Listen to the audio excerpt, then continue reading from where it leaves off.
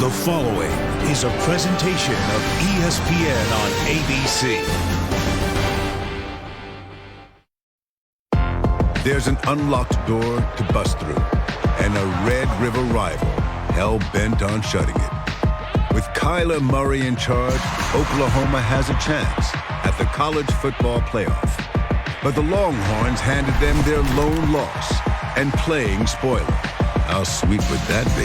One day, I'ma do it like I never did it. One day, I'ma have the courage to go out and get it. One day, do what I love and support my girl. One day, I'ma shake up the whole world. For the first time in 114 meetings, you can write this down. It's Oklahoma, Texas for the Big 12 title. Welcome, everyone, to AT&T Stadium in Arlington, Texas, and the Dr. Pepper Big 12 Championship, presented by Jared. It's a part of Dr. Pepper Championship Week. And for the first time since 1903, there's a Red River rematch. Texas beat Oklahoma in October, 20 miles away in Dallas. It's the Sooners' only loss of this season. They'll try to avenge that today while winning their fourth straight Big 12 title. Hi, everybody, and welcome. I'm Sean McDonough, along with Todd Blackledge, joined in just a moment by Holly Rowe. Delighted to have you with us for the start of a great championship Saturday of college football. Todd, this is as big a game as any in the country today. They're playing for a conference championship, obviously huge for both. But in the case of Oklahoma, now number 5 in the college football playoff rankings, the committee will make their choices this weekend. How does it look, in your opinion, for the Sooners? They've had struggles on defense, but a historic season on offense that has made them extra special. I really think if all the favorite teams win tonight, Alabama, Oklahoma, Ohio State, Oklahoma's in. All they have to do is win the game today, but that's easier said than done because this Texas team is very capable of winning again. As they demonstrated on October 6th at the State Fairgrounds in Dallas, it was one of the best games of the season in college football, the highest scoring Red River game ever. Texas won 48-45. Both quarterbacks were tremendous. They were absolutely terrific. They're both fierce competitors, too. Kyler Murray was brilliant, particularly in the fourth quarter when he almost brought his team all the way back from a 3-touchdown deficit, threw for over 300 yards, had a dazzling 67-yard touchdown run, but he had 2 costly turnovers in the game that were big plays in the ballgame. On the other side, Sam Ehlinger matched play for play with Kyler Murray. He was spectacular, throwing for over 300 himself. He ran the ball 19 times. Now, not for a lot of yards, but 3 bruising red zone touchdowns. And I think for Texas to have a chance to win again today, Sam Ehlinger has to do the same thing. Kyler Murray is going to do his thing. Sam has to play the same kind of game. And when we talked to Sam last night, he said he will run the ball, even though, Holly Rowe, he's been dealing with a shoulder injury here in the second half of the season.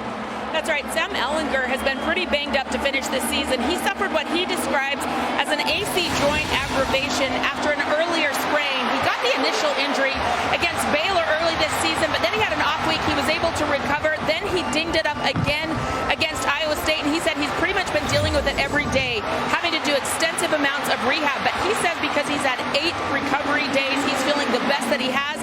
And as you said, Sean, we asked Tom Herman and Sam, will he have a more conservative style? He loves to seek contact, and they said absolutely not. They want to win this game, and Tom Herman told his quarterback, hey, I hope that you're holding up the MVP trophy at the end of the game with your other arm because we wore out your good one.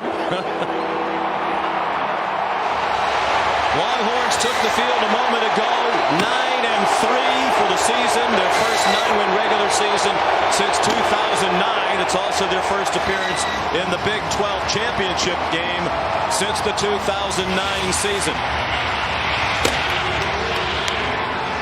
Hoping for their 4th Big 12 conference title. 3 conference championships is second most in Big 12 history, a conference that dates back to 1996. Oklahoma has dominated the Big 12 throughout the years. They're trying for their 12th Big 12 title.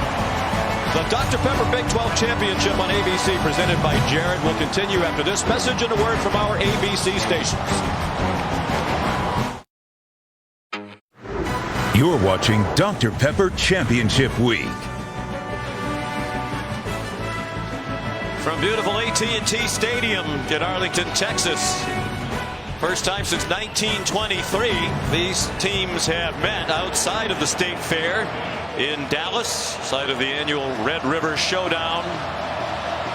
Interestingly, Oklahoma won the toss and deferred. Lincoln Riley choosing not to put the nation's best offense out there first, so Austin Seibert kicks off and Lil'Jordan Humphrey takes a knee 1 yard deep into the end zone. So here comes Sam Ehlinger and the Texas offense, sophomore from Austin, Texas, has thrown for more than 2,700 yards, just 4 interceptions, 2 in the first game of the year against Maryland. Then he went a conference and school record 308 passes in a row without interception before he threw 2 last week in their regular season finale victory at Kansas.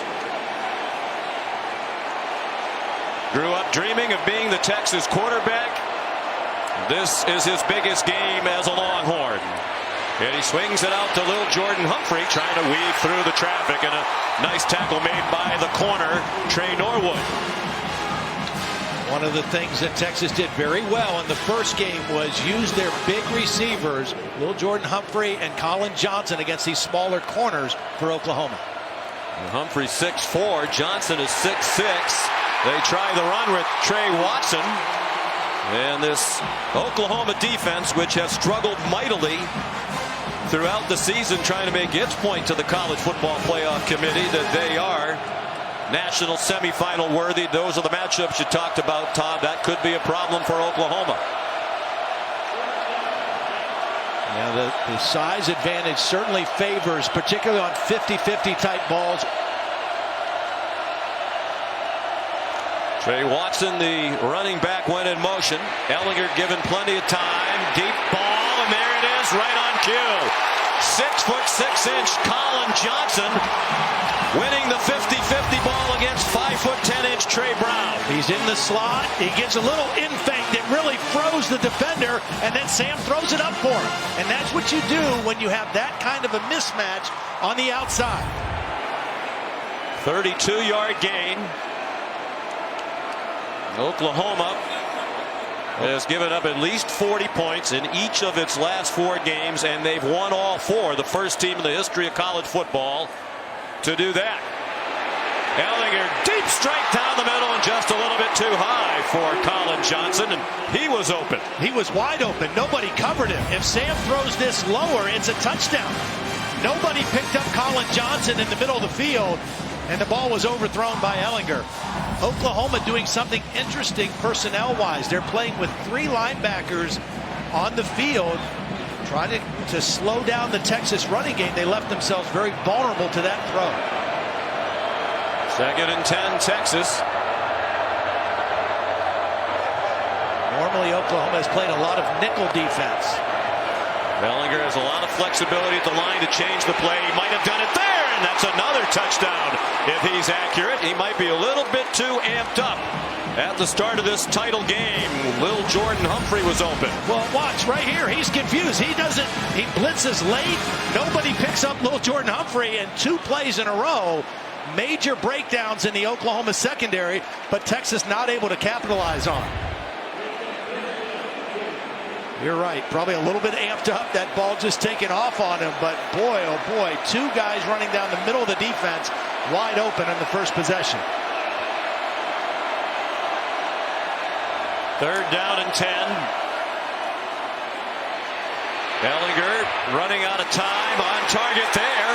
Lil'Jordan Humphrey stumbles down, but with plenty.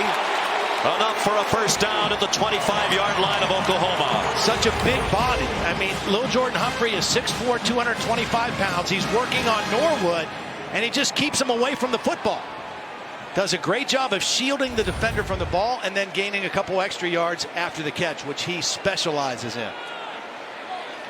Humphrey, their leading receiver for the year, now with 74 catches. He caught 9 for 138 in their regular season classic win against OU. Trey Watson up the middle for 9. Curtis Bolton made the tackle, 2nd leading tackler for the Sooners. Watch the block by the H-back right here. Andrew Beck does a nice job of sealing the outside on that inside run, and a nice job picking the spot by Trey Watson. 2nd and 2. Watson yanked down again by Bolton. 5th-year senior. Had an interesting career, mostly a special teams player prior to this year. All of his career starts have come this season, and he's one of the best defensive players on their team. Very active. They move him around in a lot of spots. And again, this whole first possession now, Oklahoma playing primarily with Bolton, Caleb Kelly, and Kenneth Murray, all 3 linebackers on the field at the same time. They're not playing with a nickelback. Ruffin McNeil, the defensive coordinator here the last 6 games. Took over for Mike Stoops, who was fired after the loss to Texas. Ehlinger not reluctant to run, and he takes it into the end zone. Touchdown, Texas.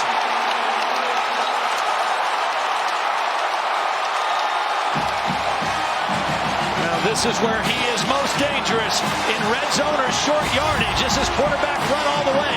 Watch the tight end Brewer, the fullback, and the pulling guard. You have 3 blockers going right into the hole, and Ehlinger on a quarterback design power run gets right in behind those 3 and takes it into the end zone. 3 touchdowns rushing against them the last time.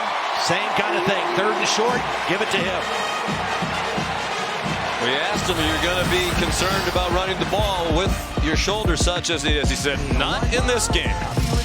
His 12th rushing touchdown of the season. Texas first on the board in the Big 12 championship game.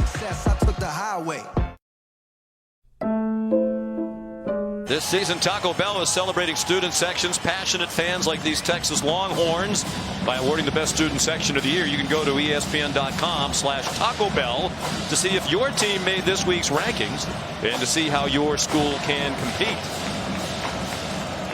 Well, interesting start to this game as Kyler Murray gets ready to go to work for Oklahoma. This was the 6th time this season the Sooners have won the opening toss. It's the first time they deferred.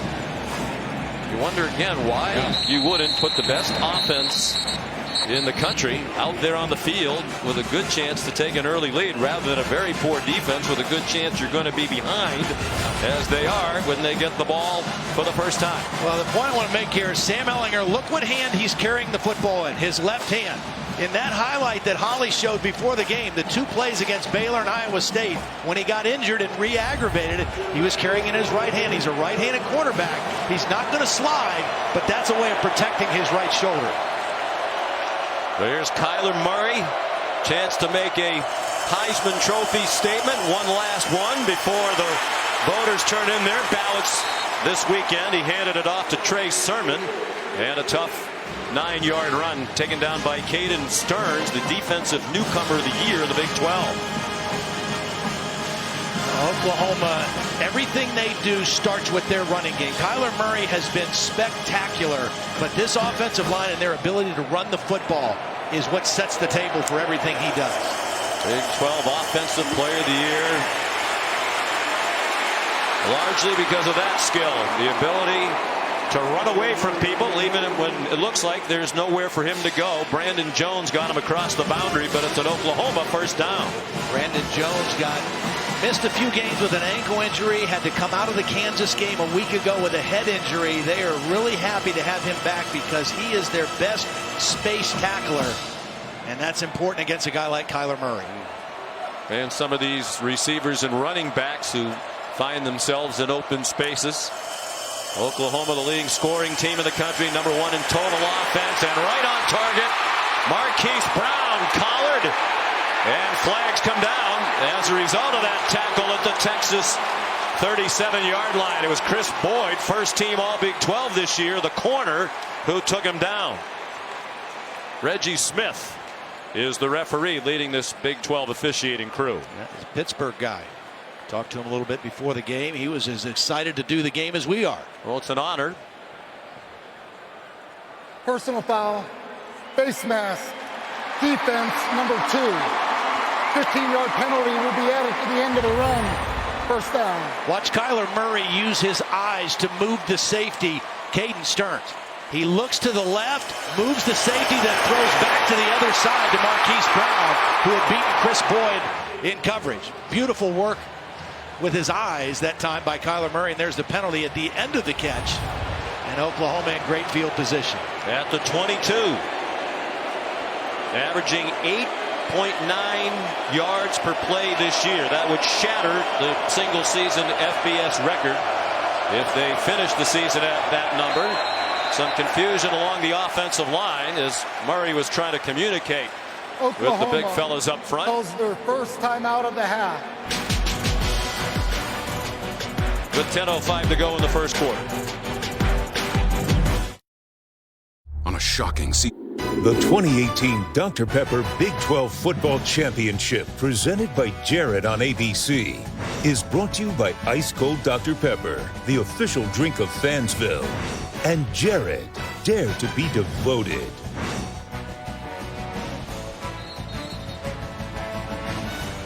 Inside AT&T Stadium, Oklahoma trying to win its 4th straight Big 12 title. They haven't won 4 conference championships in a row since the mid-'80s under Barry Switzer. Last Power 5 conference school to win 4 conference titles in a row, the Florida Gators in the mid-'90s in the SEC. Texas leading 7-0, but Oklahoma on the move, 1st and 10 at the Texas 22. Murray nowhere to go. It's a loss of a yard as Texas' leading tackler for the year, Gary Johnson, made the stop. And you see the speed of Gary Johnson. That's going to be important in this game. Here he is right here, but watch how quickly he gets the proper angle and the proper leverage on Kyler Murray.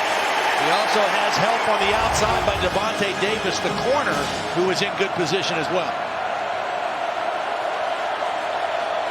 2nd and 11. Trey Sermon, the running back, has been bothered by a left foot and ankle injury in recent weeks. Had just 5 carries in their rousing win at West Virginia a week ago last night. He gets the call. Looking for a hole behind the terrific offensive line. He gets inside the 20. Jeffrey McCulloch made the tackle. One thing I've learned in the last 3 weeks of being in the Big 12 is you got to get critical stops if you're a defense. This is an opportunity for a critical stop for Texas in the red zone on 3rd down. The play fake by Kyler Murray. Lots of time to the end zone and broken up and intercepted. Deflected by Brandon Jones into the hands of Caden Stearns. There is a flag down. Well, that was a beautiful play by Brandon Jones. I don't know what the flag is. The receiver actually ran into Caden Stearns after the incompletion. But Brandon Jones, who we mentioned they're so happy to have back, did a great job of closing with speed on that route by CeeDee Lamb and knocked the ball away. Prior to the pass, personal foul, face mask, defense number 2. That will be enforced half the distance to the goal from the previous spot. An automatic 1st down. Another critical penalty on this drive by the same guy, Chris Boyd. For the same thing. Yeah. Both face mask calls against Chris Boyd, senior from Gilmer, Texas, and first team all-conference players we said a moment ago. He's working on the other side of the field, working on Marquise Brown.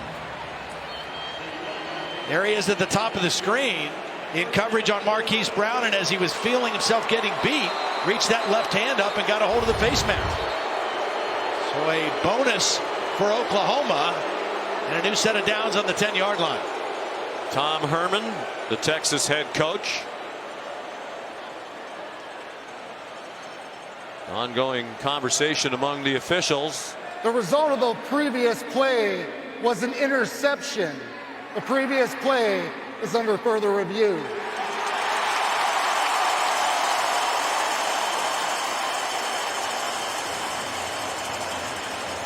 Didn't he say prior to the foul was the penalty? Bill, what is that? How does that shake out? If the penalty occurred prior to the interception, which apparently it did, then the offense gets to keep the ball half the distance to the goal with the automatic 1st down. Replay has to be reviewing something else on the play.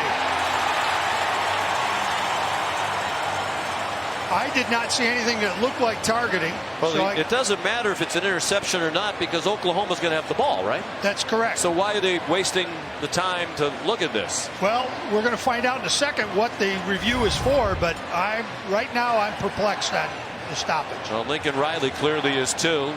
David Alvarez, standby official on his sideline. I'm perplexed, and it sounds like our rules expert Bill Lamagna is too, at least for the moment. Well, After further review, the ruling on the field stands. It's first down. Goal. Which it would have been anyway. Yeah, the penalty is going to trump the interception. Right. So it doesn't matter whether it was a catch on the interception or not. I don't know if they're a little confused in the replay booth, but on we go to inside the 10-yard line. Got to keep an eye on here. This part of the field for Oklahoma is Grant Calcaterra. He's right here in the slot. Kind of a tight end body, but wide receiver skills.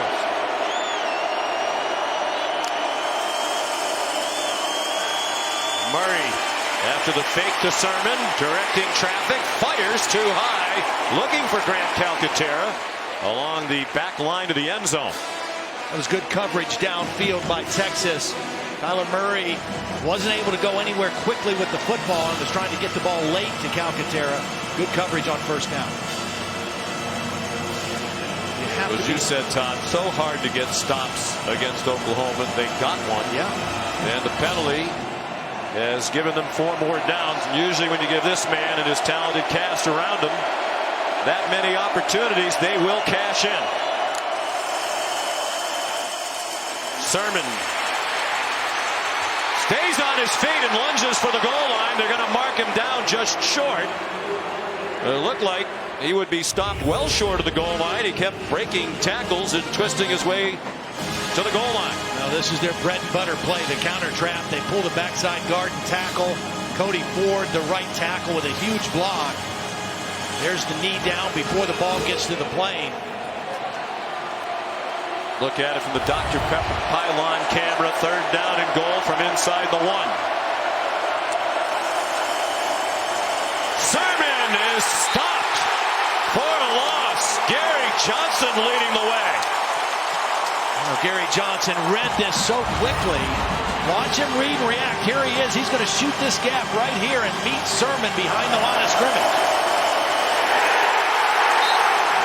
Anthony Wheeler there as well. That is a critical stop after a critical mistake by Texas. Austin Seibert's had another great year. The Big 12 Special Teams Player of the Year.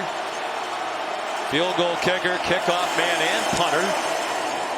And that one is up and good from 20 yards. But anytime you can make Oklahoma settle for a field goal the way their offense has been this year, you have to be thrilled.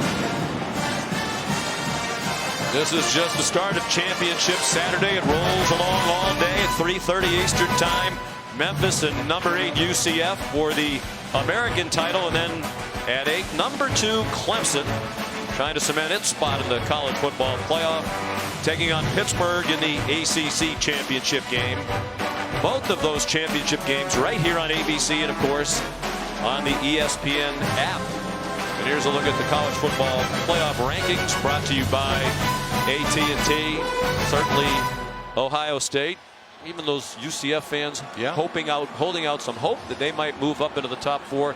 A lot of folks around the country cheering against Oklahoma today to open up a path to get ahead of the Sooners. Well, the most interesting thing will be if Georgia would happen to upset Alabama. And Georgia playing their best football of the season right now.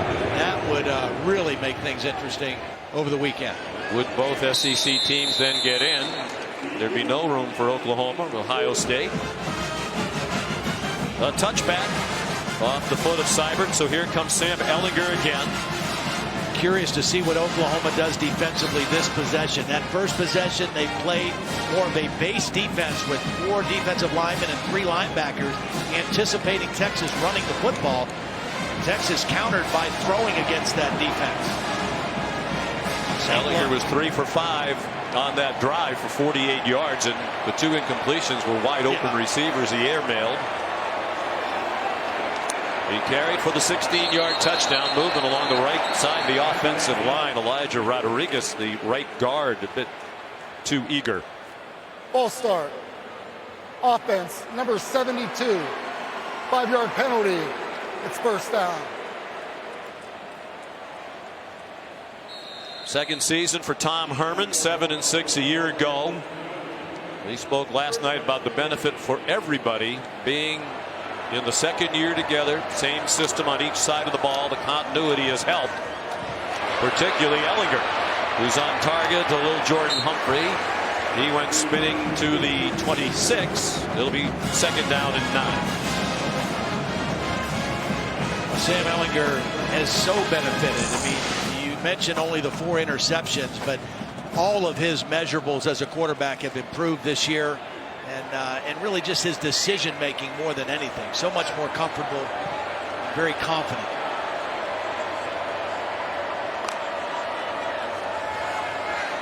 Seven minutes to go in the quarter. Ehlinger on target, first down.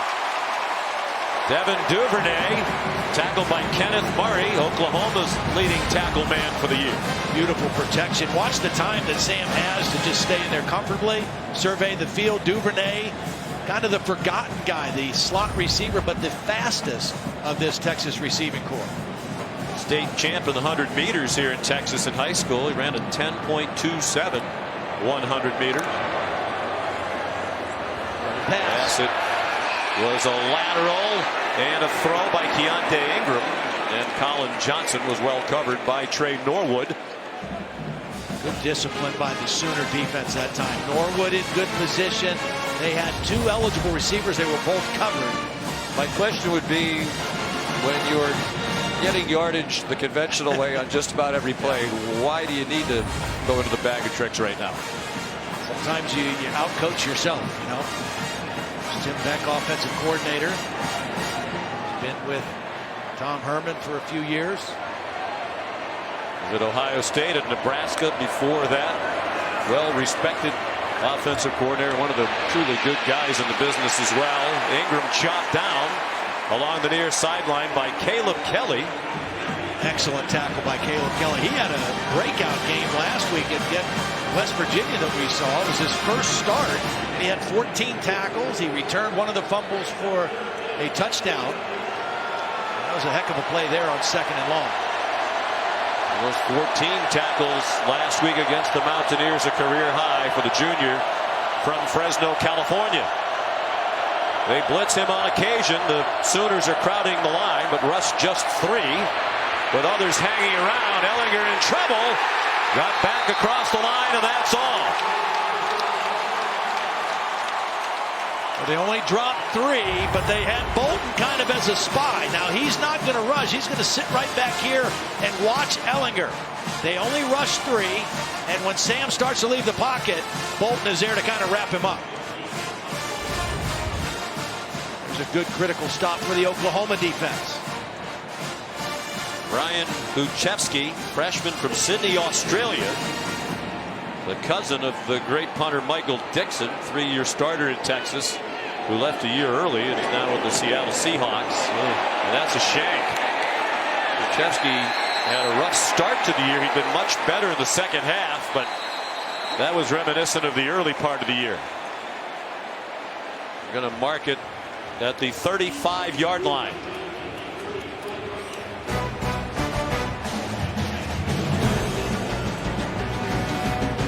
23-yard punt.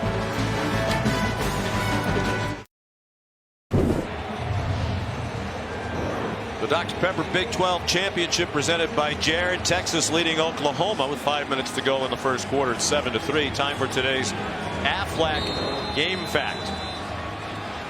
A win today would mark Oklahoma's 4th straight Big 12 championship. The last Power 5 program to win 4 straight conference titles, Florida, 93-96. Kyler Murray out throwing to the speedy Marquise Brown, and he's ahead of the 41, a gain of 6.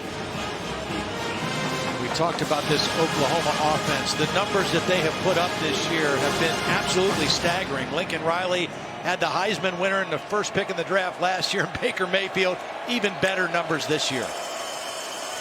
Historically good numbers. Murray deep for single coverage, and it's incomplete. Marquise Brown got his hands on it. Caden Starnes, the freshman safety, had the coverage. Looked like he had his hands on Brown for a bit, but no flags and a long incompletion. Yeah, I think Caden Starnes got away with it there. Tugged on the back of the jersey a little bit. Marquise Brown ran by the freshman safety, and right there, I didn't get much of the jersey. Beautiful throw, though, nonetheless, by Kyler Murray. And they will threaten you deep if you leave single coverage, particularly a safety guarding a wide receiver like Marquise Brown. So here's 3rd down and 4, and the Sooners spread the field. Wow, another timeout. Lincoln Riley, a little confusion on this 3rd down play. Calls their 2nd timeout of the half. Lincoln Riley is the play caller for the Sooners. Earlier this week, Rob Mullins, the college football playoff chair, talking about Oklahoma's historic offense, and he wasn't making it up. They're averaging 8.9 yards per play. The record is 8.6 by Hawaii back in 2006. 300 yards rushing and passing in a game 5 times this season. They've done that 6 times in the history of the program prior to this year. Murray on 3rd down and 4 connects with Miles Tees for a 1st down to the 50-yard line. They're the only team in the country, Todd, with more than 30 rushing touchdowns and passing touchdowns, and they nearly have 40 of each, and 8 straight games with 45 points is also the FBS record. Yeah, it's been unbelievable, and Kyler Murray's ability to run has just taken them to a different level this year.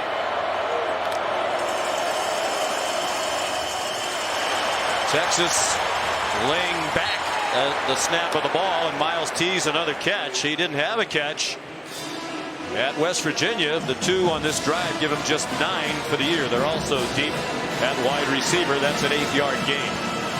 I also think this offensive line this year is better than the unit that they had last year. They've moved some guys to some different spots. They have a new center, and they have been outstanding. Tremendous freshman center, really talent. They think pros all across the 5-man offensive line with NFL futures. Here's Creed Humphrey. Kennedy Brooks, the ball carrier. He did not get the 1st down. Sooners line up very quickly. Longhorns soft 1-man into the line very quickly. And Kennedy Brooks. Did he get enough? It looks like he got to the 40-yard line before he was driven back by Gary Johnson, among others, and it's an Oklahoma 1st down. Great opportunity right here now after the conversion for a play-action deep shot. See if they get the look that they want. They do some really unique things with their play action because they run that counter trap so effectively. That single coverage with Marquise Brown right now at the top of the screen. And Murray might be changing the play again. He sends Miles Tees back to the left. Play clock at 3. And the fake to Kennedy Brooks. And a deep throw. Single coverage. Boyd with contact again. That's going to be his 3rd penalty off the opening quarter as he tried to run with Marquise Brown. Well, there is nothing that Chris Boyd could do on this one. The first 2 penalties, he made the mistake. This ball was a little bit underthrown. Pass interference, defense, number 2. That's a 15-yard penalty from the previous spot. Automatic 1st down. As Marquise Brown slowed down, Chris Boyd just couldn't put the brakes on and ran into him. It's the right call, but really unavoidable for Chris Boyd. But they went after him. Kyler Murray changed the play at the line of scrimmage when he saw that single coverage outside. And you're lucky if you catch Marquise Brown when he slows down. He doesn't slow down very often. Junior out of Hollywood, Florida, nicknamed Hollywood. Here's Kennedy Brooks, one of the most productive running backs in the country in recent weeks. He was number 5 on the depth chart at the start of the year, but injuries moved him up to number 1. And he piled up a lot of yards, at least 165 on the ground in each of the last 3 games, running through a lot of big holes. Yeah, and I really think it was interesting the way that Tom Herman described it, talking about Oklahoma's offensive line. Said they're so good, it's kind of been plug and play for Oklahoma tailback. Well, they lost Rodney Anderson in the second game against UCLA. He was their starter and a great back. But this unit up front has been so solid that they've been able to play with a lot of different people back at that tailback position and be very productive.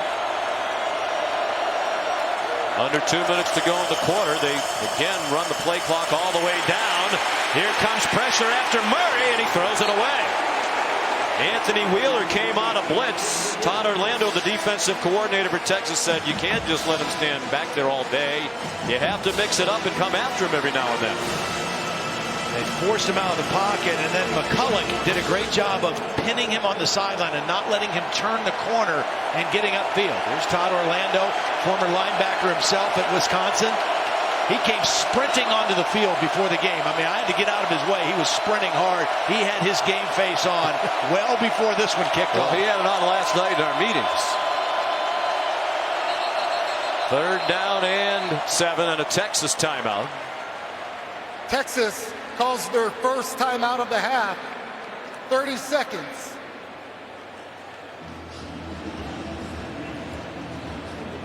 Todd Orlando, tremendous respect for Kyler Murray. Said, I don't think I've ever seen anybody like him.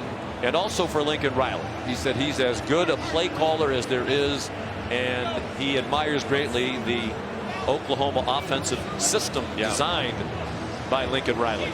Yeah, and you know, he said that the thing about it is it's fairly simple in its concepts, and they do a great job of using max protection and their play action and their ability to run the football, and it's obviously a very quarterback friendly offense, as Baker Mayfield flourished in it, and so has Kyler Murray. And as you take a look at how Kyler Murray stacks up with the other top Heisman candidates, Tua Tagovailoa of Alabama, Dwayne Haskins, he is right up there, and this should go down to the final weekend as it is right now. And we're told only about 10% of the Heisman voters have already cast their ballots. That's a very low number.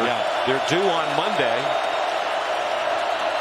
These voters want to get one last look in championship settings at these 3 contenders, perhaps some others as well. On 3rd and 7, Murray. Now this is a design quarterback draw, and they're going to lead with Kennedy Brooks. All right, so Kyler's going to show pass. The line's going to all show pass, but it's a design quarterback run with Kennedy Brooks as the lead blocker. And Kyler Murray gets the yardage he needs and then gets down.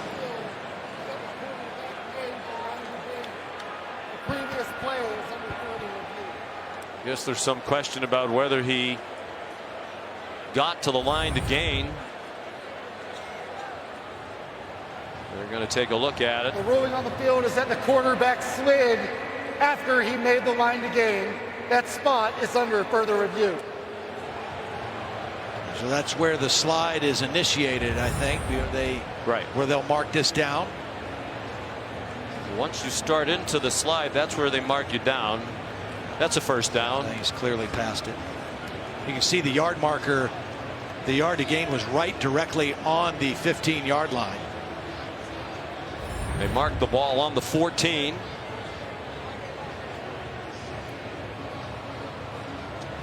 Ordinarily, the Big 12 has a command center for officiating. We saw that last week. We're in Morgantown, but that operation is here in the stadium today based on the proximity. Of course, speaking of proximity, that college football playoff committee not far away, watching all these sequestered, games, sequestered, if you will. The one thing we know from doing that mock is they may be sequestered, but there is plenty of food in that room. No doubt. There is a lot of food in that room. And we were fortunate enough at midseason to take part in a mock exercise here in the Dallas-Fort Worth area where they told us how they go through the process of selecting the teams, ranking the teams. Not an easy job. We talked about the Heisman backdrop. You're a Heisman voter. Yeah. Holly's a Heisman voter. I feel very privileged to have a Heisman vote as well. None of us have voted. After further review, the ruling on the field stands as called first down. Well, Sean, and every voter has their own criteria. For me, one of the biggest things I want to see is how do these guys play in the biggest games of the year? And the biggest games started last week, and they continue this week. So I want to see all three of those guys that were on that graphic. I want to see them play in these big games down the stretch.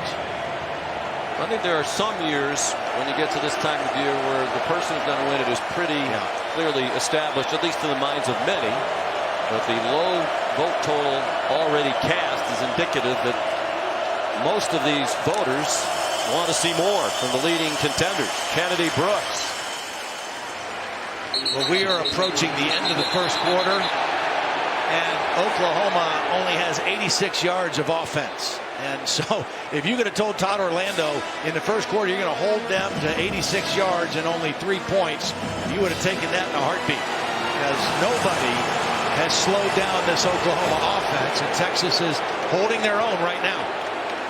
8.9 for the season per play for Oklahoma. We should point out Texas held them to 6.9, which really doesn't sound like held them to, but 6.9 was the fewest yards per play Oklahoma had in a game, and that was in the loss to Texas, although they scored 45 points in that loss. They had to use their last timeout because Kyler Murray let the play clock run down. Lincoln Riley is livid. He's used all 3 timeouts in the first quarter. 30 seconds. You know, the last time he used the timeout, he thought the officials did not reset the play clock. This time he's upset with his quarterback because that's something that Kyler Murray has to take control of on the field. They have used all 3 timeouts in the first 15 minutes of play. Let's send you down to the field. Here's Holly Rowe. Well, guys, of course, Oklahoma was in this Big 12 championship game last year, but Kyler Murray is new to this stage. He's performed well on a big stage all year, but when I talked to Lincoln Riley of Oklahoma before the game, he said, you know, the words I've said to Kyler are be yourself. You can't try to do too much. You know, there's been back and forth shots across the bow all week with he and Ehlinger and this Texas team, so he wants him to settle down and be himself, but we're seeing them just not be on the same page right now, just not getting the play calls in, confusion at the line. They've got to settle down and be himself because he's been pretty good. Well, he's used to playing in big games. Kyler Murray in this stadium, been well chronicled. He was 43-0 as a high school quarterback in Allen, Texas, nearby. Won 3 straight titles. All those championship games were here. Will they extend their streak of touchdowns in the first quarter? Doesn't look like it. Kennedy Brooks driven back by Brecken Hager. He's been one of those players most vocal in some of the conversation back and forth around this rivalry. This is the end. But he was made to apologize for making the comment that Oklahoma, in a sense, wasn't very good. The Dr. Pepper Big 12 Championship on ABC, presented by Jared, will continue after this message and a word from our ABC stations.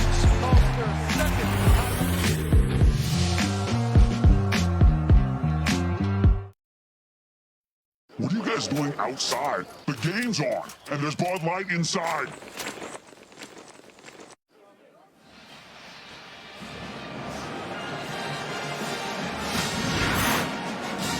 Well, outside AT&T Stadium, it's a beautiful day in the Dallas-Fort Worth Metroplex. Aerial coverage brought to you by State Farm, here to help life go right. 70 degrees outdoors. We're underneath the roof. From Jerry World, Jerry Jones here today.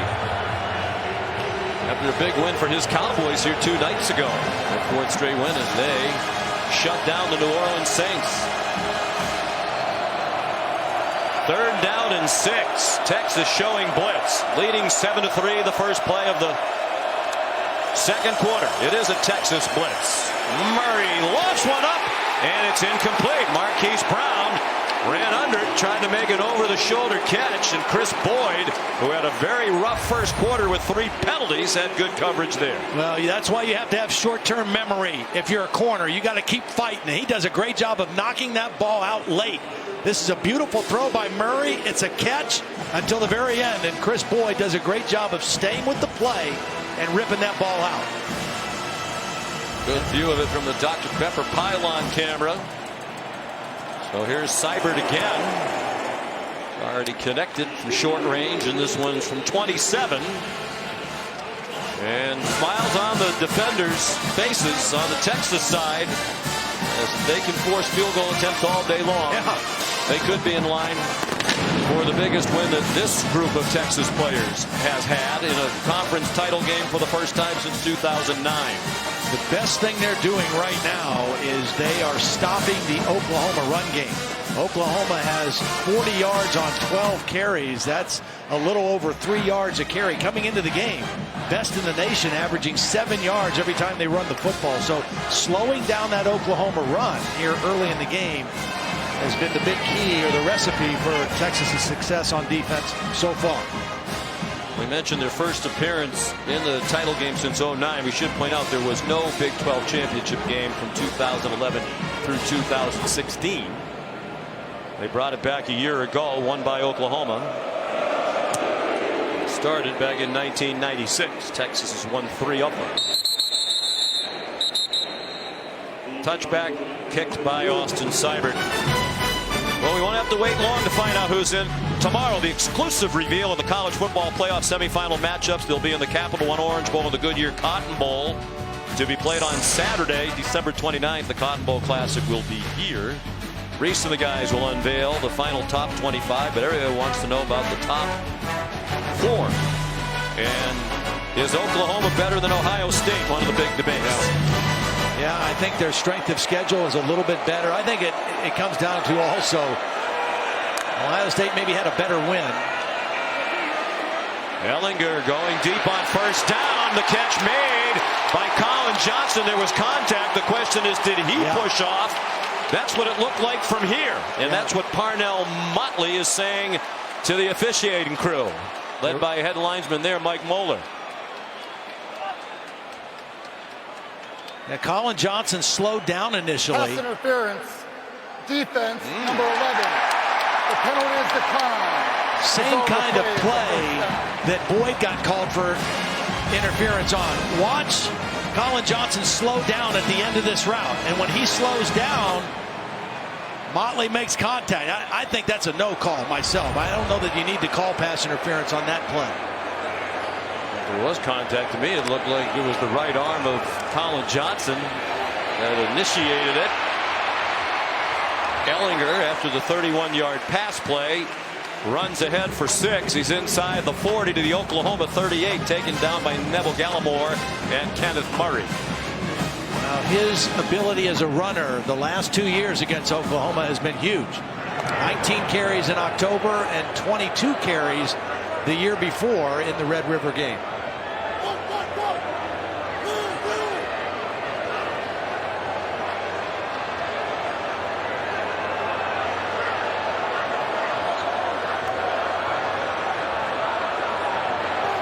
Lots of maneuvering around the line of scrimmage on both sides. The play clock at 2. Ehlinger, plenty of time, single coverage. Johnson with Parnell Motley riding him the whole way. Nice coverage by Motley. One of the things, the reason that Motley is playing a lot right now, they're making a little change in their coverage. They're using Trey Norwood, number 13, was normally a starting corner, and Motley was the 3rd corner.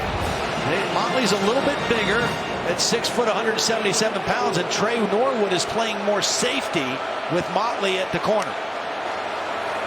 3rd down and 4, an Oklahoma blitz and an incomplete pass. Big hit delivered by Trey Brown to knock it out of the hands of Trey Watson.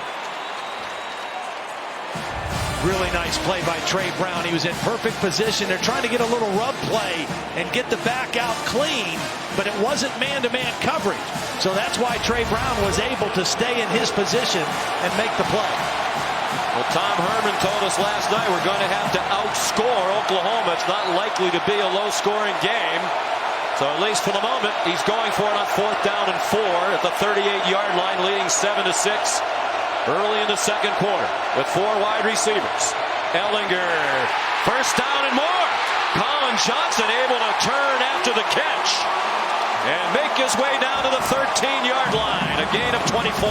This is poorly played by Motley. Watch Motley just take a bad angle after the catch. He runs underneath the route, and that enables Collin Johnson to add about 12 more yards to this short completion. Nice pitch and catch with Ehlinger and Collin Johnson, but poorly played by Motley on the corner. He marked the ball back at the 15. 23-yard gain and a big start for Johnson. Ehlinger, lots of running room. Out of bounds. Chased out by Robert Barnes. There have been comparisons in his running style to Tim Tebow, and I think they're valid. If you watch the way Ehlinger runs the ball, it's almost like he is looking for some contact. He hunts it up. Yeah, he hunts up the contact. He wants to try to run through people. He's not going to try to make you miss. Takes care of the football, and he's hard to bring down to the ground. And this is where he normally likes to run, in this part of the field, inside the 10. 2nd and 3. Trey Watson, grad transfer from Cal, gets them the first down. 1st and goal inside the 5. He's been a nice addition to this team. He's given them some leadership, some maturity. Their other back is a true freshman, Keontae Ingram. They line up very quickly. Will Ehlinger try to do it again? He gave it off to Watson. He squirted off the original hit, but it looks like they're going to mark him down near the 3-yard line.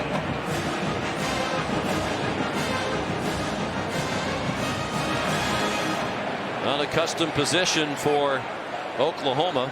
They'd scored at least 1 touchdown in 24 straight games. Managed just 2 field goals in the first quarter today. This formation now is quarterback run to the left.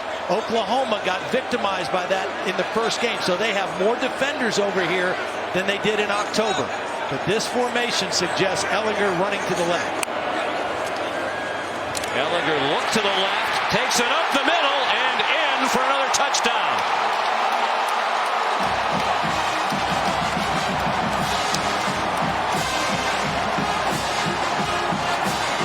What a brilliant counter move by Tim Beck. Instead of running left, let's run counter, quarterback counter to the right.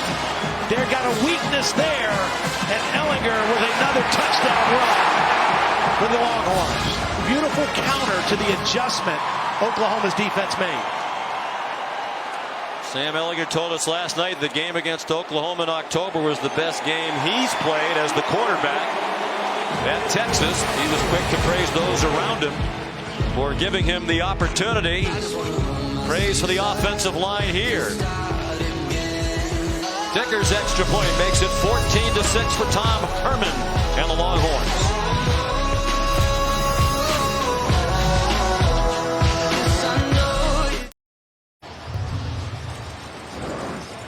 Tim Beck, the offensive coordinator for Texas, told us last night Sam Ehlinger believes he was born and put on this earth to be the quarterback at the University of Texas. It's clear that he cherishes this opportunity to play this position in this program, and he's playing it exceedingly well. Yeah, and we asked him about his shoulder. Are you concerned? He said, not in this game. Not in a game like this. Cameron Dicker's kickoff, fair catch, Trey Brown. Here's Matt Berry back in the studio. Sean checking in now for the All-State Mayhem moment. Akron in South Carolina. Snap goes over the Zips' head into the end zone. Deebo Samuel recovers. All cocky right now. 21-3 in Columbia.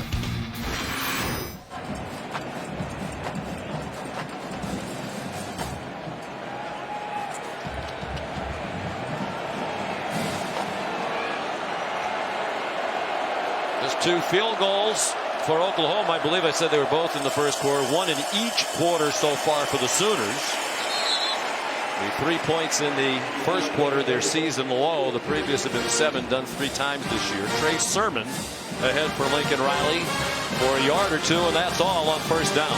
No, I really think Lincoln's going to have to start airing it out a little bit. Texas is really getting a lot of bodies around the running game, doing a great job of negating any decent runs here early in the ball game.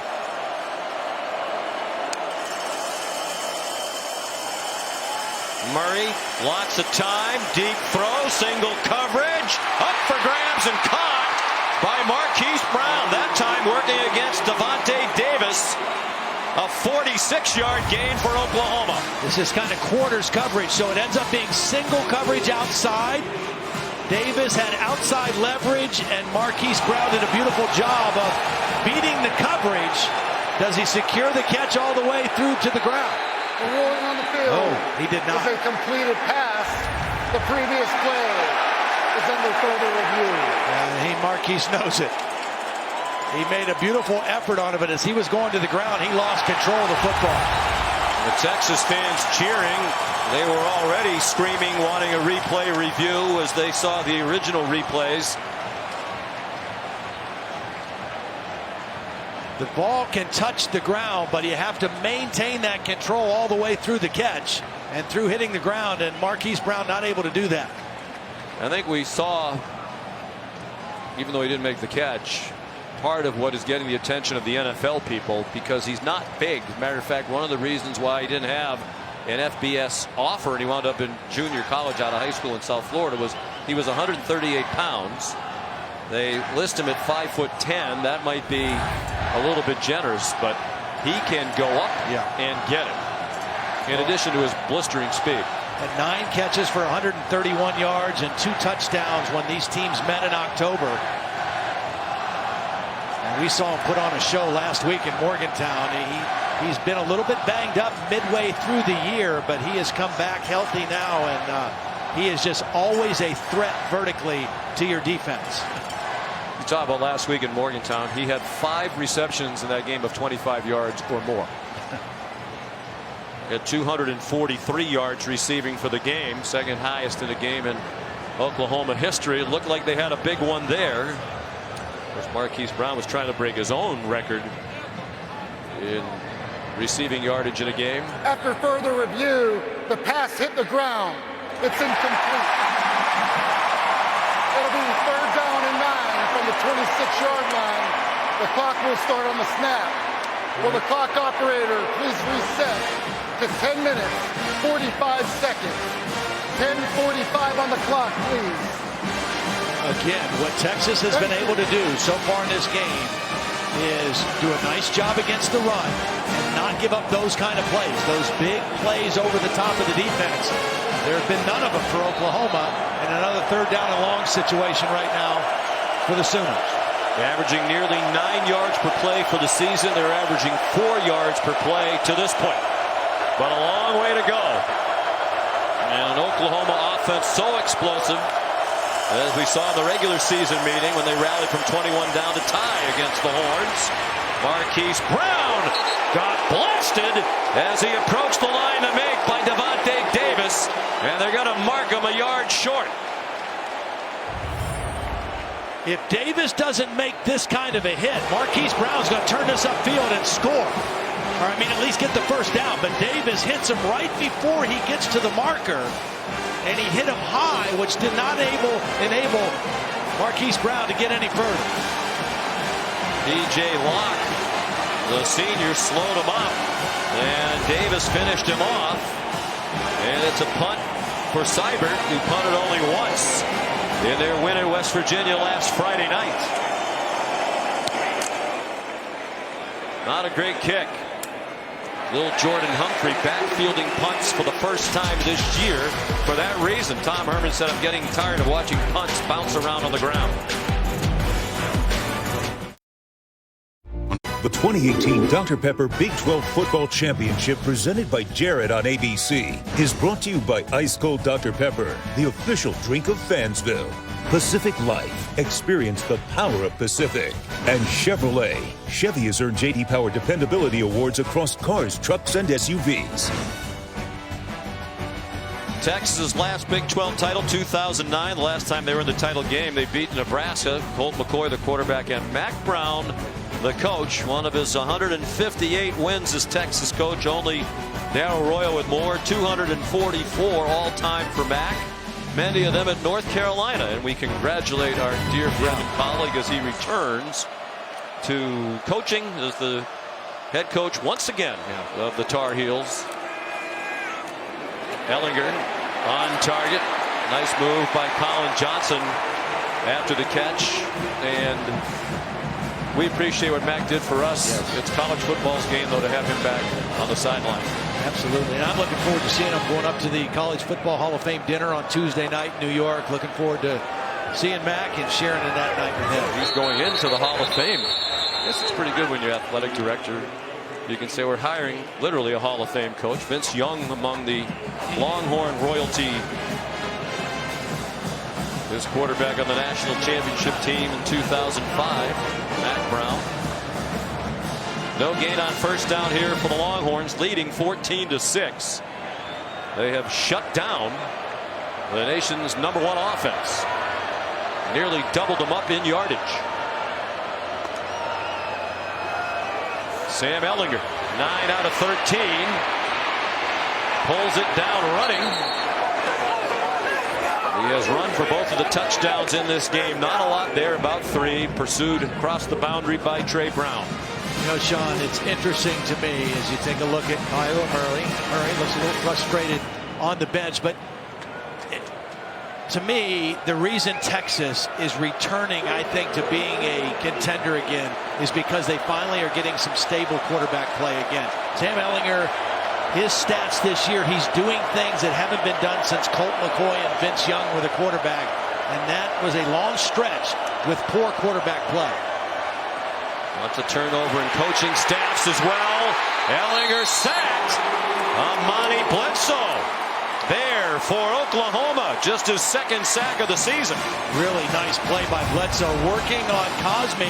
They really like this right tackle, but Bledsoe just overpowers him.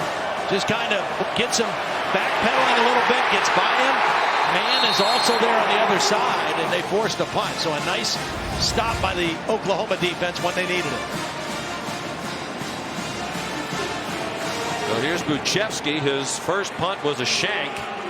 CeeDee Lamb, dangerous return man back deep. Wow, they were close on that one. Lamb with a flag down. Lamb, nifty run back, excellent footwork as he made it to the 43. There is a flag down, far sideline along the line of scrimmage. And we talk about the Oklahoma offense, but one of the great areas of improvement of this Sooner team this year has been in their return game and the special teams. Seibert obviously has been great, special teams player of the year, but their return game has really stepped up. It's against Oklahoma. Offside. Defense, number 11, lined up in the neutral zone. Correction, moved into the neutral zone. 5-yard penalty from the previous spot. Replay, 4th down. Parnell Motley moved into the neutral zone. This is him right here out on the gunner. They put a lot of pressure on the punt, but he stepped into the neutral zone and that drew the flag. See if they go after the punt again.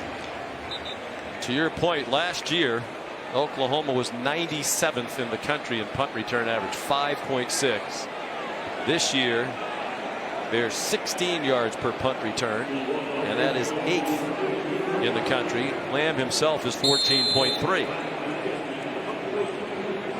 A long return of 66 this season for CeeDee Lamb, sophomore out of Richmond, Texas.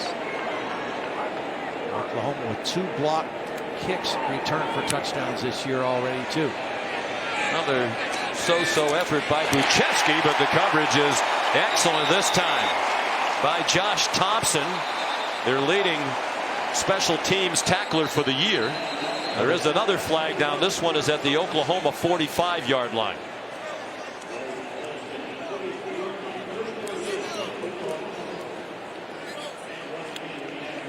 The line judge Frank LeBlanc indicating it is a hold against Oklahoma.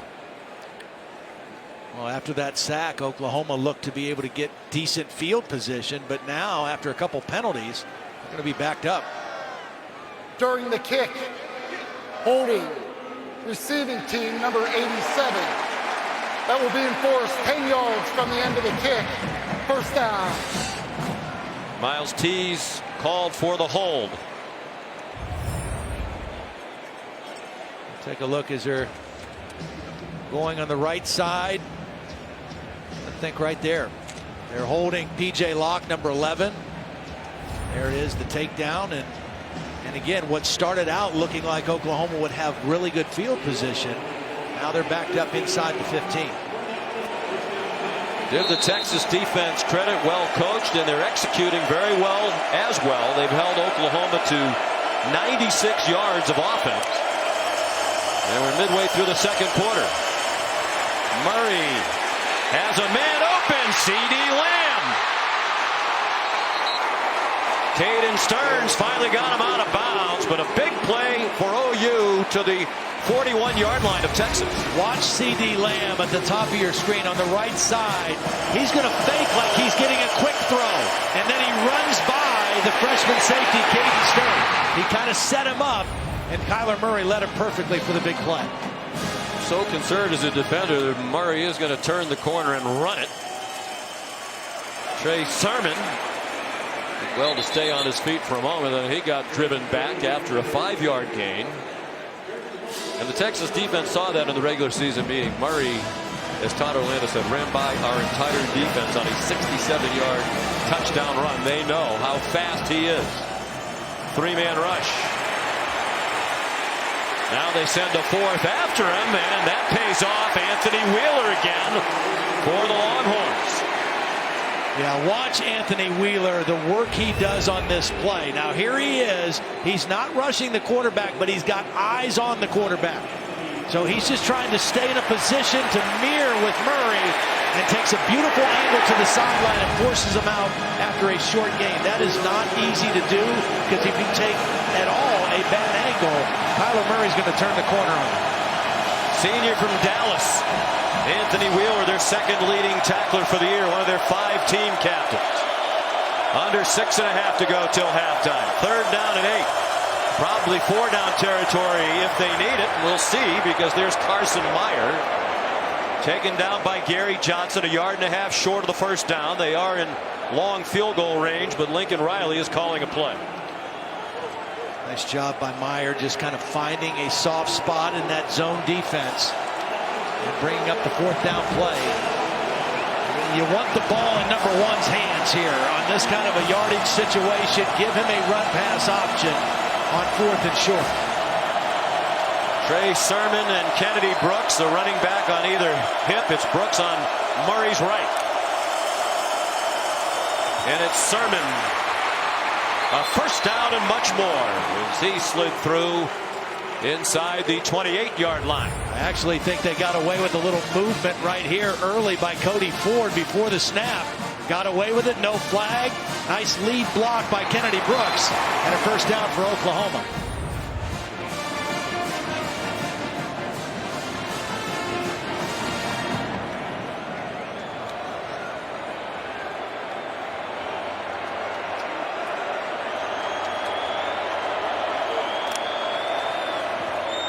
On 1st and 10. Murray looking to the end zone, and it is caught! CeeDee Lamb with the Oklahoma touchdown.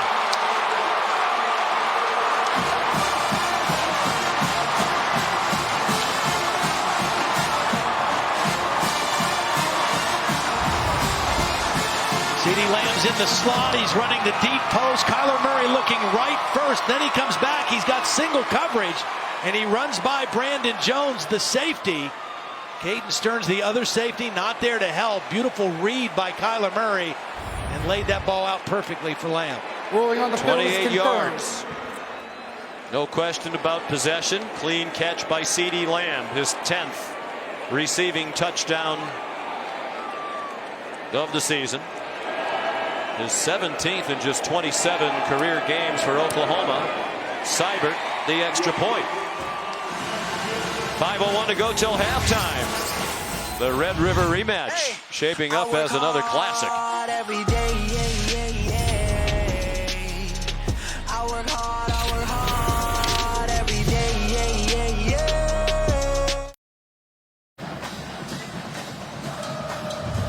Kyler Murray and Oklahoma Sooners their first touchdown of the game to make it a 1-point game.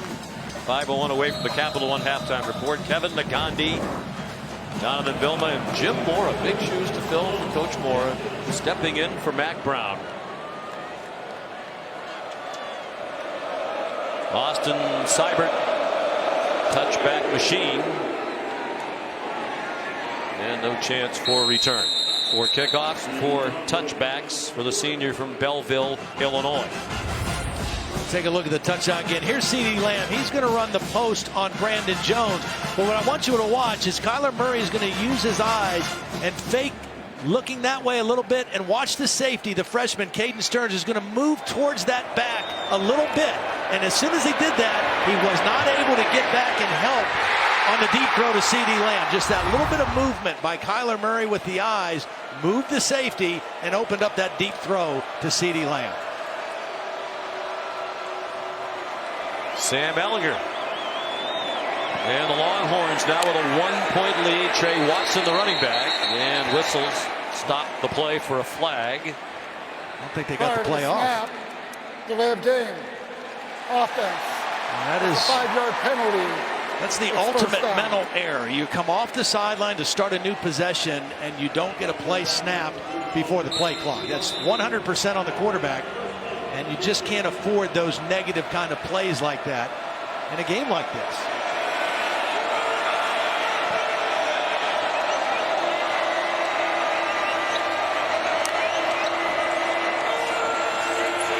Ehlinger surrounded, took off up the middle, and gets wrestled down at the 30, but he gained 10 on 1st and 15. Ronnie Perkins and Caleb Kelly to stop. He was looking to his left to Collin Johnson, who is going to run a stop and go. It's not there, and then he had to make a quick decision to run. Picked up a nice block by Trey Watson, and you just see the strength. I mean, he's just a difficult guy to bring down when he gets going north and south.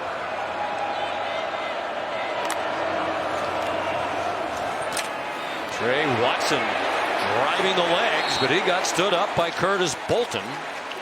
What a nice tackle by Bolton. I mean, he met. This is absolute picture perfect tackling. Meet the guy in the hole, face up, wrap him up. Your old partner Chris Spielman would have loved that play right there. That is vintage linebacker tackling. Meet him up high, wrap him up, take him to the ground. Here's Ehlinger. Got through the pile after he had gained the yardage for the first down, got some extra out to the 40. Yeah, watch the block by Beck, 47, and Watson 5. Design quarterback sweep all the way. And Ehlinger, again, just shows his power. Took a late shot at the end of that play by Trey Norwood. And out of the game, Kenneth Murray, their leading tackler. Struggled on that play, didn't get Ehlinger down. Deshaun White takes his place. Number 23, a true freshman. Beck is wide open. Andrew Beck, he delivers a little bit of a blow into Parnell Motley at the end of the play to the Oklahoma 40, a pickup of 20. Well, watch Beck. He's going to show like he's blocking on a wide receiver screen, and then he just takes off into that voided area. Nice design play by Tim Beck and Tom Herman. And Andrew Beck with the big catch. And Tim Beck, the coordinator, no relation, said Andrew Beck is a huge reason why their offense is so much better this year. They really didn't have a tight end a year ago. They use Andrew Beck in a variety of ways. Well, we've seen him on the end of the line. We've seen him flexed out like he was that, playing an H-back here. Ooh, Bolton again. He lost his helmet as he renewed his acquaintance with Trey Watson. Look at this collision in the hole again. Reads it quickly. Both linebackers coming on the inside pressure and nobody there to block Bolton.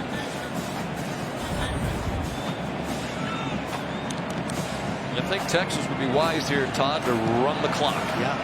They still have 12 more seconds. They know how quickly Oklahoma can score. This is just second down. Ideally, Tom Herman would want to score with as little time left as possible. Flag down. Ehlinger, that looked like a push-off. Collin Johnson, it's a touchdown, at least for the moment. Sooners irate that there wasn't a flag for a push-off, and perhaps there was. There is one down in the end zone. There's also one back near the line of scrimmage on the far sideline. I'm not sure Texas was lined up correctly on the outside in their formation. We'll see what both penalties were. But again, using that size advantage with Collin Johnson, and you're going to take your chances with that. There was a flag thrown to the line of scrimmage right at the snap. And as you said, it might be Texas was not lined up correctly. Something along the line of scrimmage, certainly. Then the flag in the end zone. You wonder if they did get Johnson for the push-off. There are 2 fouls on the play. both by the offense. Illegal shift is declined. Pass interference number 9 will be enforced 15 yards from the previous spot. Replay, second down. Well, the illegal shift, I just don't think they got set up out here correctly when they snapped the ball. And then here's the one-on-one coverage that you're going to see. Collin Johnson, they're throwing it up, giving it a chance, and he gets the push off at the end of the play. You have to be set for 1 second. I kind of thought they might have been set for that 1 second, but that's what drew the flag. So 2nd and 25. Ehlinger out of the gun. Chased by Gallimore, throws. Incomplete. Brennan Eagles, the intended receiver, and he's only caught 1 ball all year. True freshman who had his only catch back in week 2 against Tulsa. Well, you talk about, again, critical stops. Look at the enthusiasm on the Oklahoma bench. Their defense right now with an opportunity right before halftime. Their offense is going to get the ball to start the 3rd quarter. They have a chance to turn this game right now. Well, I would question the play call there by Texas throwing the ball. Oklahoma has no timeouts left. Yeah, that's right. 2nd and 25. You might have wanted to run a play that would keep the clock running. It's a screen. It's a good screen. It's Keontae Ingram. Backwards to the 41-yard line, well short of the first down by about 11 yards. Now they can let that clock run now, Sean, as far down as they can. Use one of their timeouts and then try to punt the ball deep, I would think. I don't think you want to go for it here and give Oklahoma any kind of a short field. Their offense started to come alive here of late. So run that clock down as far as you can. Try to get a good punt inside the 5-yard line and make Kyler Murray go on a long field with no timeouts. Looks like Tom Herman is going to use the timeout. If you know you're going to punt, you could also just take the delay penalty and maybe give the punter a little more room. So it is a timeout, Texas. Tom Herman has the only timeout left for either side.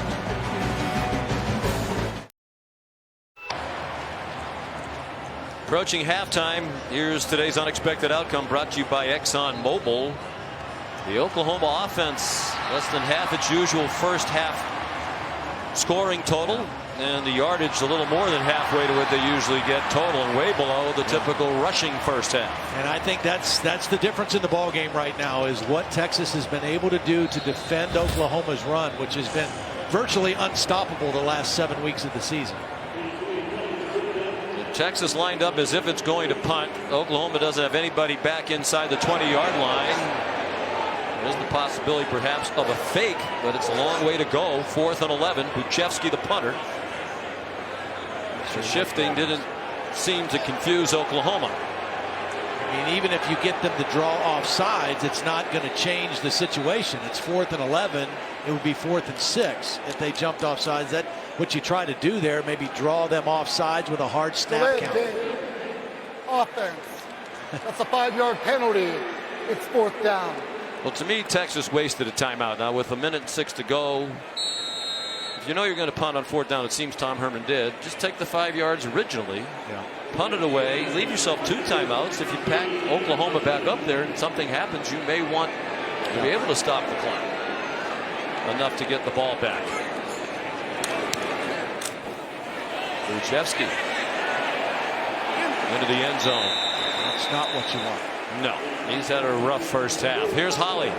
Well, guys, this offensive line for Oklahoma has been under duress today. In fact, over on their sideline, in between series, their offensive line coach, Bill Bedenbaugh, who is terrific, has been after them. He's saying you've got to be tougher. You've got to finish blocks.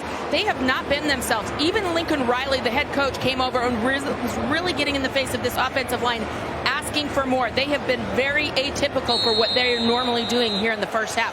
Credit that defensive front of Texas, but this O-line has to come alive. And no timeouts for Oklahoma. They've had trouble getting the ball snapped. That could be a factor here in the final minute. But they can score in the blink of an eye. And they're on their way, perhaps. Murray on target to Nick Basquin, just his 5th catch of the year. Murray's vision is outstanding. I mean, his ability to stay alive in the pocket and kind of scan what's happening in the back end of the defense. Really remarkable. And Texas not lined up. Uses its last timeout. Texas calls their third and final timeout of the half. It'll be 30 seconds. And a key player shaken up, Caden Stearns, the true freshman safety, the newcomer of the year on defense in the Big 12 this year. Week 13, Monday Night Football, a big one in the NFC East. We'll be watching with great interest in this part of the country for sure. The Cowboys have won 4 in a row, trying to take control of that division. But Washington and the Eagles right there, they're chasing the Cowboys. And they go head to head. The Redskins and the Eagles, 8:15 Eastern on ESPN, ESPN Deportes. And available on the ESPN app. You can watch anywhere. Stearns looks like he's heading to the dressing room. Chris Brown is in for him, a sophomore, number 15, who plays a lot.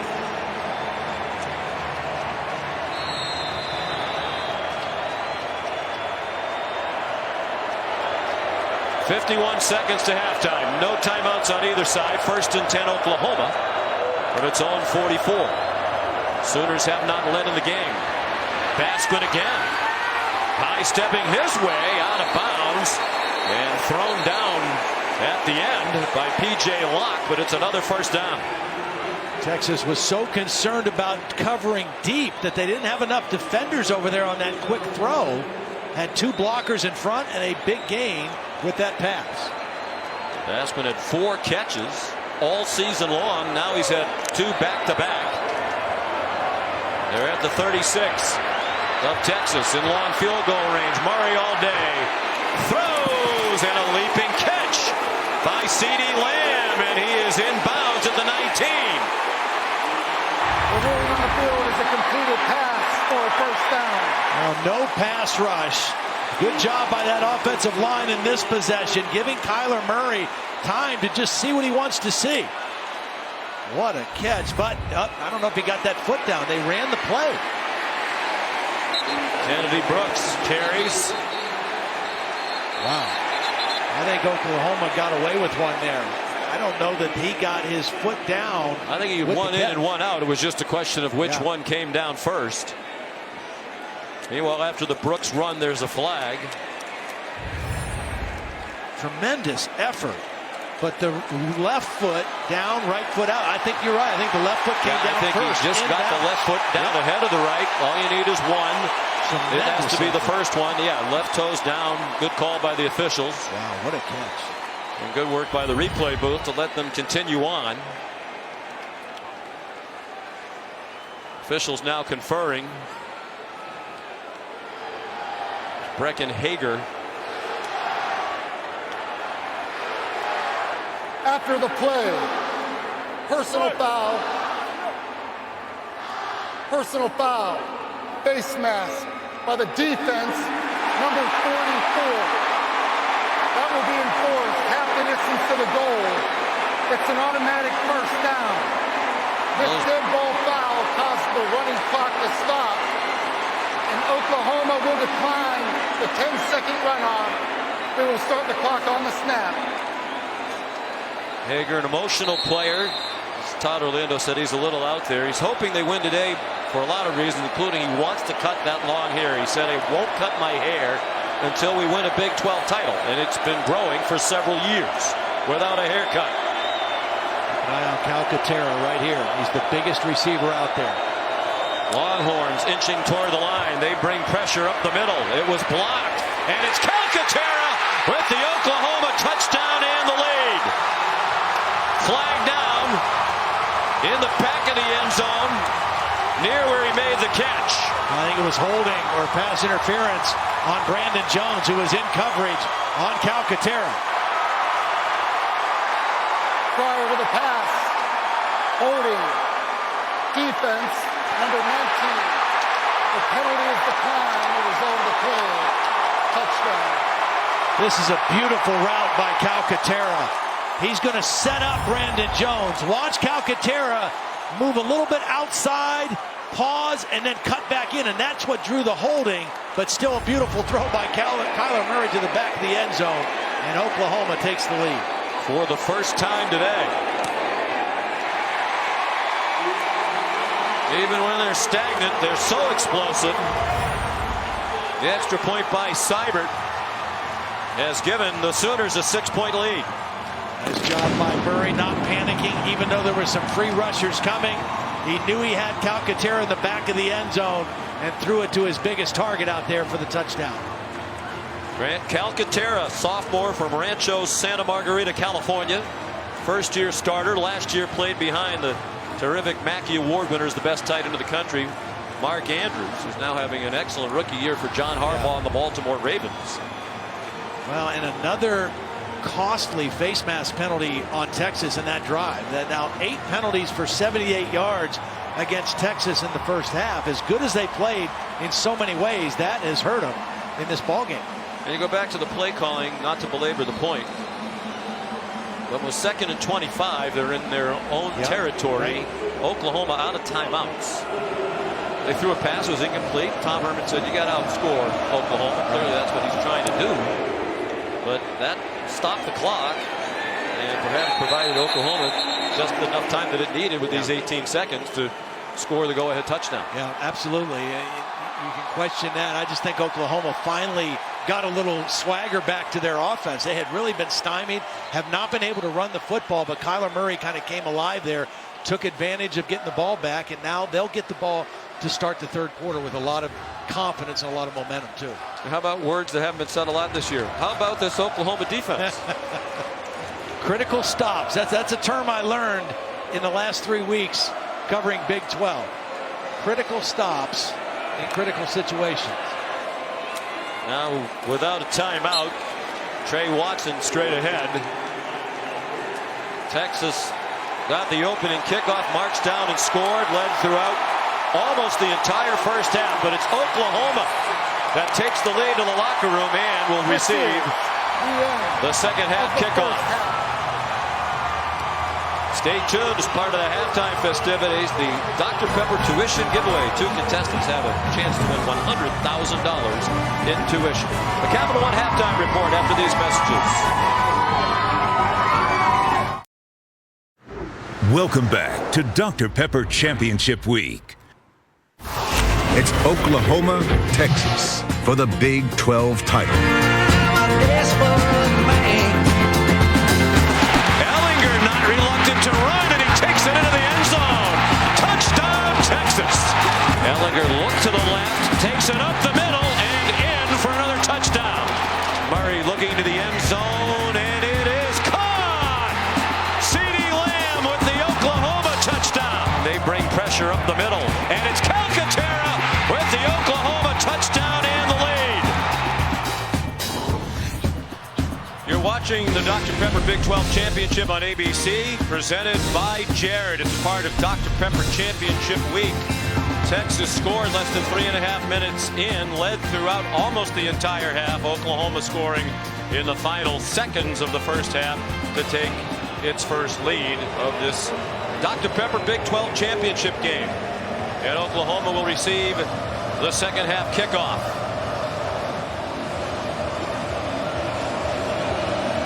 Cameron Dicker kicks off. And it's a touchback. Welcome back to Arlington, Texas. Sean McDonough with Todd Blackledge, rejoined in a moment by Holly Rowe. We talked about it was a struggling start for this Oklahoma offense, but you look at the numbers. You know, they're over 250 yards for the half, on their way to 500 perhaps again, as they've been in every conference game this year.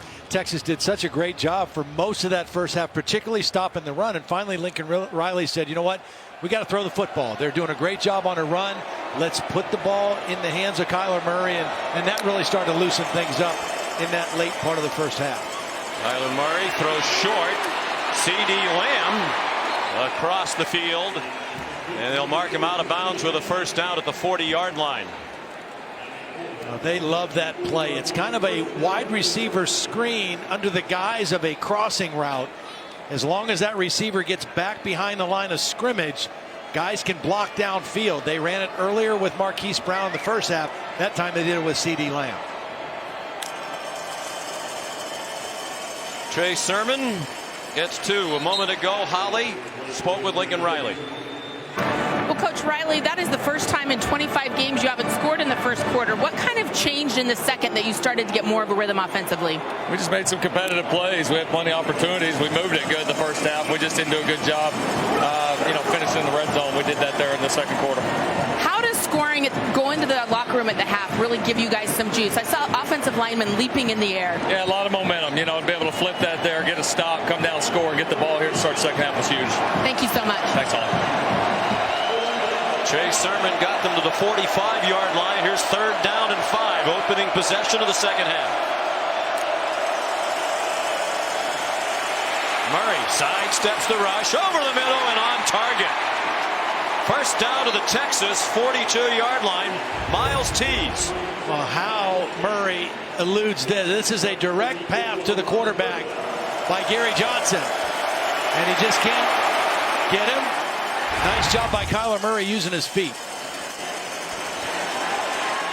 Deep throw, single coverage, flag down. Miles Tees and Brandon Jones there. And now fans throwing debris onto the field from the stands. That's dangerous. Beer can flying out of the lower seats in that end zone where the flag was thrown. Defense, number 19. That's a 15-yard penalty from the previous spot. Automatic first down. Again, Gary Johnson is a safety. They're looking for the matchups in man coverage with a safety and a wide receiver. Both guys had hands on each other. Tees gets away with a little tug, but Brandon Jones does not. I don't know. We've seen a couple games the last couple weeks where they've let a lot of that stuff go. The Big 12 needs to figure out how it wants to call pass interference, what they want to allow downfield and not. Because we saw some games a couple weeks ago where they basically let them mug each other without flags. Trey Sermon down to the 20-yard line. But the result is Texas now 9 penalties for 93 yards. That's a huge swing for Oklahoma in this game. Only 2 called against Oklahoma for 15 yards. Murray keeps it. First down inside the 15-yard line. The 20 points for Oklahoma in the first half, their second lowest total of the season. Texas held them to 17 points in the Cotton Bowl in the regular season meeting.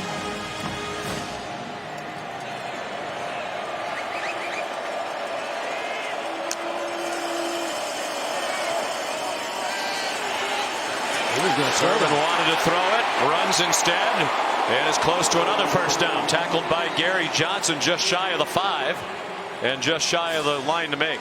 He was looking for Lee Morris in the end zone, and a good decision by Trey Sermon not to throw the football.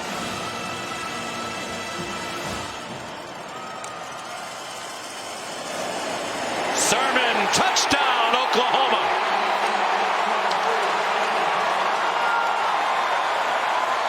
We talked about this offensive line, and it's led by a redshirt freshman center, Creed Humphrey. Watch him open this thing up for Trey Sermon. Takes his man completely out of the play. Nice block by Ben Powers, the left guard as well. And Oklahoma right away gets back on the scoreboard.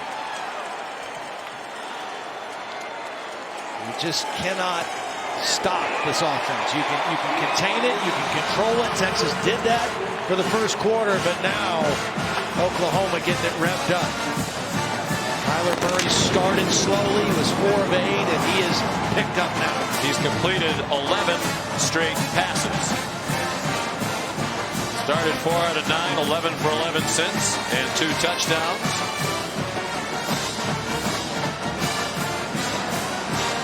It's a 13-point lead for the Sooners. Here's Holly Rowe. Well, guys, you saw that nice hole opened up by the redshirt freshman center of Oklahoma, Creed Humphrey. He has gotten so good so fast, and one of the reasons he's been wrestling since he was 4 years old. He said that he knows leverage, he understands leverage, how to use his body, how to use his hands, and not only that, he's been working with a private center coach 2 to 3 times a week since he was in 8th grade. He said, I knew early on what I wanted to do. I told my dad I want to be a center in the NFL, and here he is as a redshirt freshman, looking so good.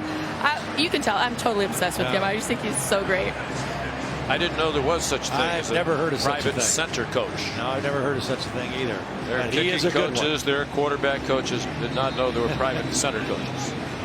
I don't know if that's a big business.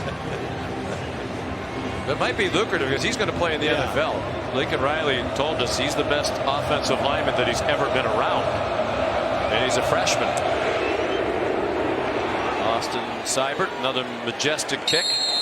And it gives us time to take a look at our Pacific Life game summary. Good start for Texas, in particular for Sam Ehlinger. He said, I'm not worried about my right shoulder. I'm going to run. And he did. Yeah, he did. He ran hard. He played well. Texas really had Oklahoma's defense on their heels in the first quarter. And doing whatever they wanted. Then Kyler Murray started to get warmed up, get those long balls down the field. Texas did such a good job against the run. They gave it to Kyler to throw it, and he got them in the lead right before halftime. They just scored again here in the third quarter. Ehlinger running out of time and ripped down by the freshman Ronnie Perkins. Well, Perkins is right here. He's going to come on an inside stunt. Ehlinger has plenty of time early on to make a throw, but he's just not able to find anybody downfield. And at the last minute, Perkins is there for the sack. Oklahoma's defense, much maligned this year, but they have made some big plays in this game so far today. And maligned with a reason. They're 100th in the country in scoring defense, 111th out of 130 in total defense. Ehlinger on target. Collin Johnson running after the catch out to the 44-yard line. Well, this is a beautiful route and a throw by Sam Ehlinger at the top of the screen. Collin Johnson attacks outside leverage by Motley, the corner. And a nice throw on time. They got to get Lil'Jordan Humphrey back involved in the game, though. Deontay Ingram out toward midfield, a couple of yards short. Kenneth Murray, Neville Gallimore combining on the stop for Oklahoma. Humphrey only had 3 catches for 22 yards in the first half, and he had a monster game against the Sooners in October. They've got to find a way to get him on track here in this Longhorn offense. Targeted him 4 times. He had 9 catches in the regular season win over Oklahoma. Deontay Ingram, first down across midfield to the Sooners' 45-yard line. Well, Humphrey did a nice job blocking on that play. That was a designed screen. You had 2 wide receivers out there blocking. He did a nice job on a linebacker, Caleb Kelly, to spring that play for a first down.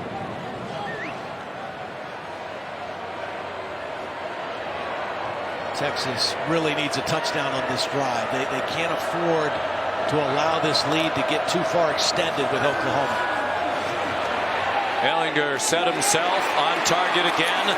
Collin Johnson delivers a shove to the face of Parnell Motley and has a first down at the 24-yard line. Inside technique by Motley.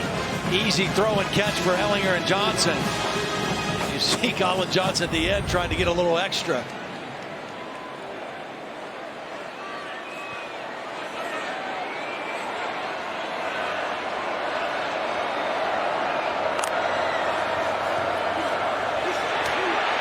Ehlinger was running out of time.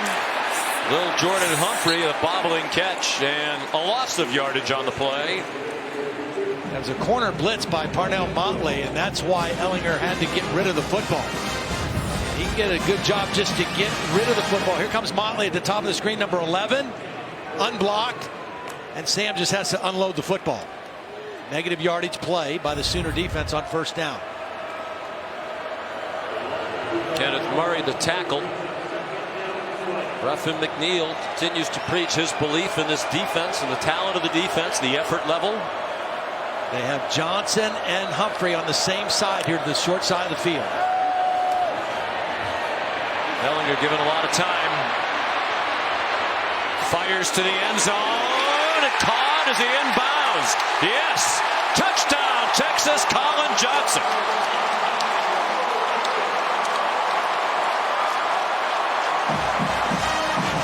What terrific protection.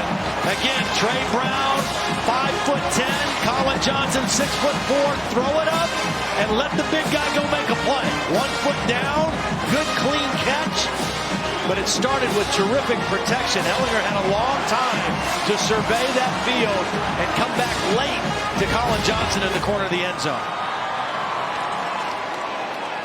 7th catch for Johnson. 5 of them have been for 20 or more. That one was good for a 27-yard touchdown. 7 catches, 169 yards receiving, and a touchdown for Collin Johnson, junior out of San Jose, California. And as you said, Todd, it felt like Texas really needed a score, and they got it. Back within a score, with a long way to go.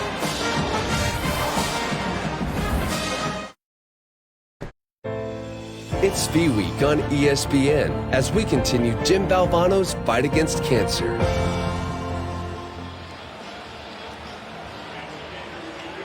We hope you'll donate during V Week. Sean McDonough, Todd Blackledge, and Holly Rowe inside AT&T Stadium, the home of the Dallas Cowboys. Dr. Pepper Big 12 championship game. Oklahoma by 6. Texas after the touchdown kicks off. And Trey Brown takes a knee. Here's Holly. Well, why is it important to donate to Jimmy V and to the V Foundation? Here's one reason why. Turner Cockrell, who played football at Vanderbilt, 21-year-old young man, died this week from melanoma. It is a tragic event. This is a highly preventable disease, and research could help these young people in treatment. We're seeing more and more young people with cancer. So I personally would like to send our wishes and well wishes to his mother, Noelle. It's been a very difficult week for that family, but we don't need to lose any more young people. So please donate to ESPN and the V Foundation in the fight against cancer. Visit v.org/donate. Thank you, Holly. We certainly echo your words. Kyler Murray is sacked for a 2-yard loss, and we're delighted to hear Holly's news during the week that just 3 months after finishing chemotherapy in her own cancer battle, scans this week, and all of them clean. Yep. Great news. That is awesome news, Holly.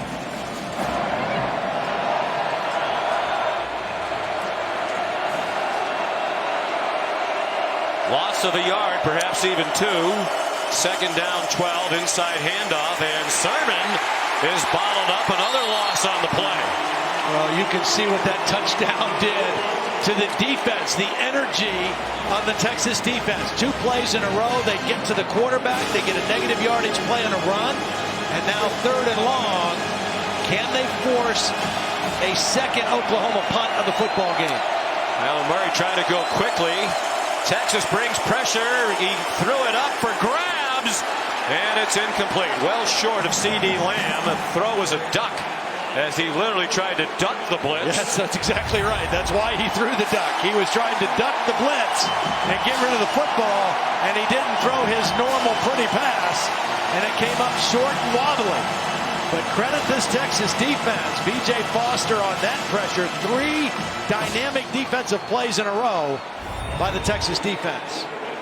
A very rare 3-and-out for the Oklahoma offense. Lil'Jordan Humphrey, mentioned first game this year, returning punts. Tom Herman wanted the ball to be caught, not bounce for additional yardage. He's done that well.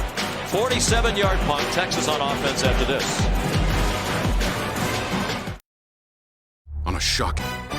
The 2018 Dr. Pepper Big 12 Football Championship, presented by Jared on ABC, is brought to you by Ice Cold Dr. Pepper, the official drink of Fansville, Mercedes-Benz, the best or nothing, and the unexpected energy of ExxonMobil. Energy lives here. Exciting start to championship Saturday. We're midway through the 3rd quarter. Oklahoma leading Texas by 6. Championship Saturday continues at 3:30 Eastern. Memphis and number 8 UCF for the American title. And then at 8 o'clock tonight, number 2 Clemson takes on Pittsburgh, the Atlantic Coast Conference Championship. Clemson looking to cement its spot in the college football playoff with a win in that one. Both games are right here on ABC, and the championship action available on the ESPN app. Texas scored on its last possession to get within 6. The defense a 3-and-out. Now Sam Ehlinger again, retreating and in trouble. At this point, just wanting to get rid of it, and an incomplete pass for Andrew Beck. Pressure by Ronnie Perkins. one thing that we should bring up in the meeting in October, one of the real turning points, Oklahoma had 3 turnovers and Texas had none. It was a big difference in the game. No turnovers so far in this football game. Could be very critical down the stretch. Trey Watson runs for 9. Curtis Bolton stopped him just shy of the first down. Good inside run. You got a lot of options at 3rd and short, particularly with a quarterback who can run like Sam Ehlinger. Ehlinger took a hit on his right shoulder while throwing the touchdown pass on the last drive. Was moving it around a little bit. Didn't look to be in significant pain, but definitely swung it around a couple of times well after he threw the ball. This is a defensive lineman out over Lil'Jordan right now. Ehlinger. There's a crease. There's a first down across midfield and sliding down at the 48-yard line of Oklahoma. And this is all Sam Ehlinger can do is to slide. I mean, he does not normally slide, doesn't love to slide, but he's doing the smart thing right there. Trey Watson bounces off a couple of hits, gets tackled forward to the 44-yard line. A nice block by Andrew Beck in there. I really like this guy. He does so many different things for them. Number 47 missed all of last year with an injury. He had a broken foot. He actually broke it twice last year. Ball's out, but it's out of bounds. Trey Watson had it popped out by Robert Barnes. But that ball went backwards and they lost a couple yards. So it'll be 3rd and longer now for Texas. Good hit by Barnes. Helmet right on the football. The ball was fumbled backwards and out of play. Unlike when they play in the Cotton Bowl, see a lot of Oklahoma fans next to the Texas fans. Usually it's the crimson and cream from the 50-yard line around one end zone to the other 50, and the burnt orange in the other direction. But here they're intermingled. And watching a very entertaining game. Whistles before the snap. Timeout Oklahoma. Texas was lined up Prior the to same snap, way as the last Oklahoma touchdown. calls their first timeout of the half. And Lil'Jordan Humphrey and Collin Johnson on the same side, the short side of the field. Ruff and McNeil wanted to take another look at it.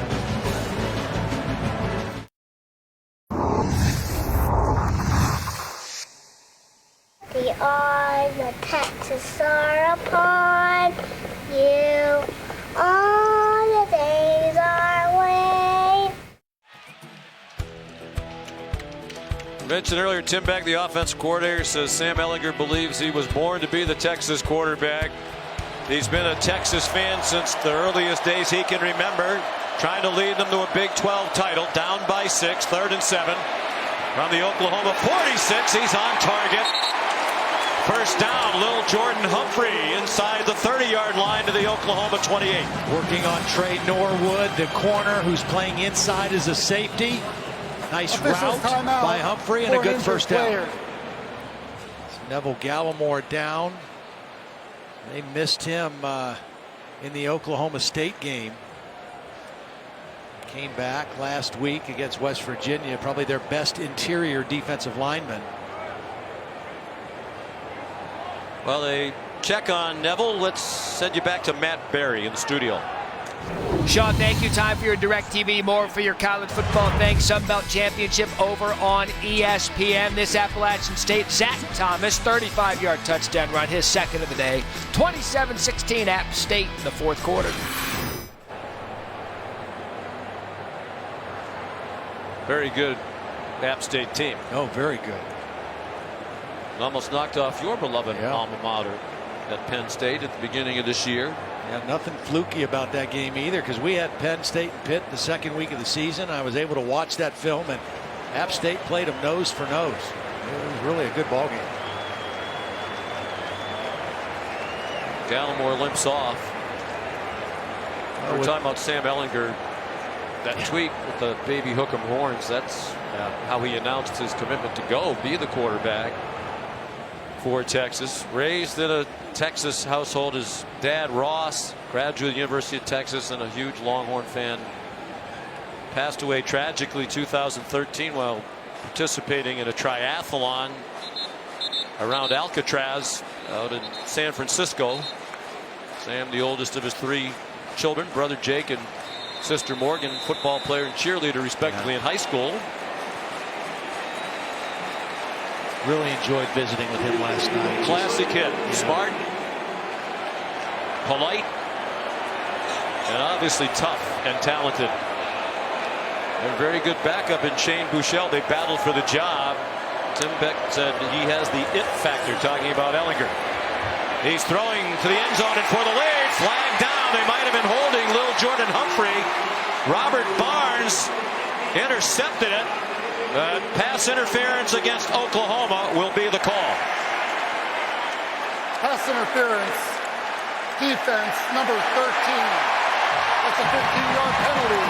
Automatic first down. Sean, they got the penalty, but I want you to watch this.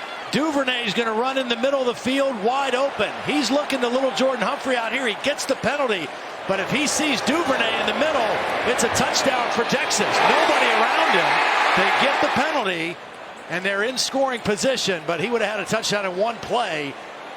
But clearly a penalty on Trey Norwood, and they've gone now 2 plays in a row to Lil'Jordan Humphrey. 3rd penalty against Oklahoma.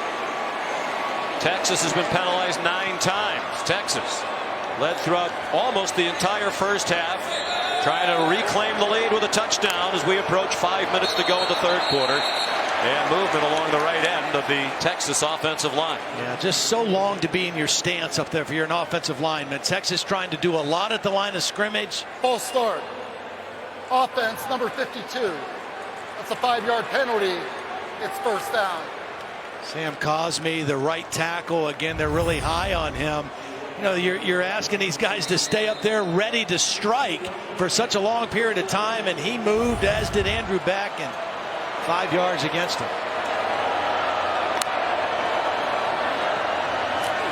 Run fake. Devin Duvernay lunging for the first down marker, didn't get to it, but they're going to give him the 5-yard line. What a nice block by Lil'Jordan Humphrey also. Seen that a couple times, using that big body, not just as a receiver, but as a lead blocker. Ingram. First down. Keontae Ingram, the true freshman, their leading rusher for the year, averaging 61 yards a game. See, I think that's smart with Neville Gallimore on the sideline, their best interior run defender. 4 injured player. And now Bolton, who has played so well today in the last couple weeks, down at the end of that play. That'll be a huge loss if he has to go out. He's their 2nd leading tackler, 17th in the nation, making 10 tackles a game. The other thing about him is they move him around and play him in so many different spots in their different defensive packages. He has a lot of versatility for this defense.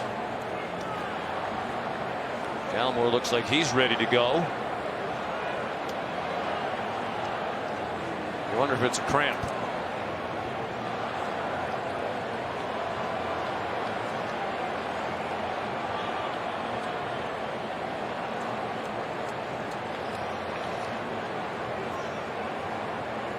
Still tending to Curtis Bolton, 3rd leading tackler, as you saw in the graphic in the conference. Joe Dineen of Kansas, a player who should be saluted. Wasn't a great year for the Jayhawks. They'll have Les Miles as their coach next year, but he's a terrific football player. Yeah, absolutely. Led the Big 12 in tackles. And Kenneth Murray, Bolton's teammate, number 2 in the Big 12 in tackles. Murray trying to stay loose. Well, this game, the first time, was a shootout, the highest scoring Red River rivalry game, and kind of went down to the last possession, who has the ball last, and that's what this one is shaping up as. I mean, it's going to be a game all the way to the end of the 4th quarter, and Texas trying to regain the lead here now with 1st and goal on the 2. Let's check in with Holly. Well, guys, I'll obviously give you an update on Curtis Bolton, who's up walking off the field right now, but a huge injury for Texas. Right before the half, we saw their fantastic freshman safety, Caden Stearns, limped to the locker room. He is now ruled out for this ball game. It looked to me like it was a right knee injury. He will not return, and that is huge for this Longhorn defense. He was the Big 12 Defensive Newcomer of the Year, one of the best players in the league, even though he's just a freshman. Yeah, they just got their other safety, Brandon Jones, back, and now they lose Caden Stearns. Looked like a cramp for Bolton. Actually seized up a bit on his walk-off. First and goal, Texas. Got their big back, Daniel Young, in now with Ehlinger. Wouldn't shock anybody if Ehlinger ran it himself. They moved. There was movement. Again, Elijah Rodriguez, the right guard. You got to hold your water. I mean, you're killing yourself with these kind of motion penalties. First and goal on the 2, you're going to run the football. Now you back it up. Start. Offense number 72. That's a 5-yard penalty. It's first down. Just a lack of concentration by Elijah Rodriguez. You have this Oklahoma defense kind of right where you want them. You've got a quarterback who's a great runner inside the 5-yard line, and now you put yourself a little bit farther away from that goal line. And Ingram in instead of Daniel Young now. First and goal, just outside the 6. Ehlinger looked like he had some running room, but he stumbled as he got away from the traffic. They'll mark it on the 5-yard line. Second and goal, and under 4 minutes to go in the third quarter in this Dr. Pepper Big 12 championship game. Again, you've got big receivers. If you want to throw on second down, you've got Lil'Jordan Humphrey and Collin Johnson both to the top of the screen. This is the formation that they have run with the quarterback to the right in previous games against Oklahoma.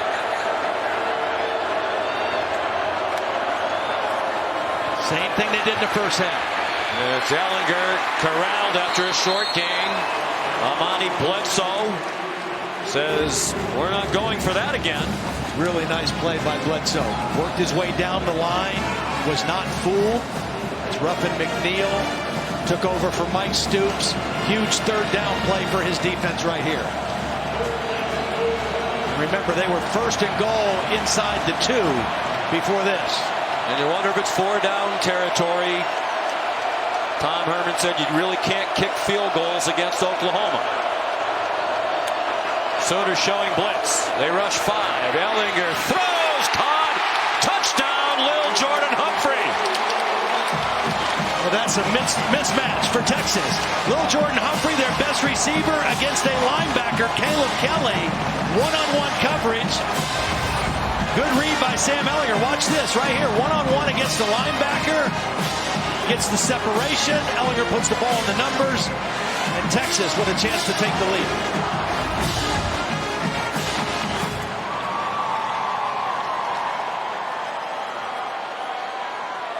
And it's the true freshman out of Austin, Lake Travis High School, Cameron Dicker. One of the heroes of the regular season win against Oklahoma. Kicked the game-winning field goal. And that one is off the uprights. Looked like it was deflected, and now it's Robert Barnes, but the play's dead. It hit the crossbar. The ball is dead by appeared. rule when it hits the crossbar. The extra point is no good. And it's the first one missed by Dicker this year.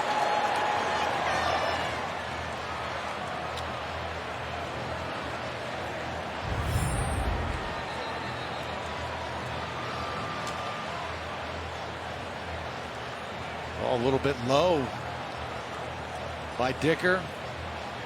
Amani Bledsoe. Yeah, Bledsoe, yep, he's the one who got it. And got enough of it that it did not creep over. Dicker had been 49 for 49 in PATs in this his freshman season.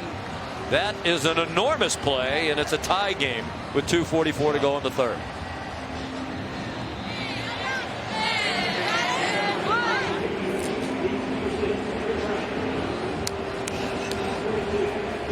It's the third block kick for Oklahoma this season. And they blocked 2 punts. Both went for touchdowns. Dicker's kickoff will be a touchback. Here's a look at our Pacific Life game summary.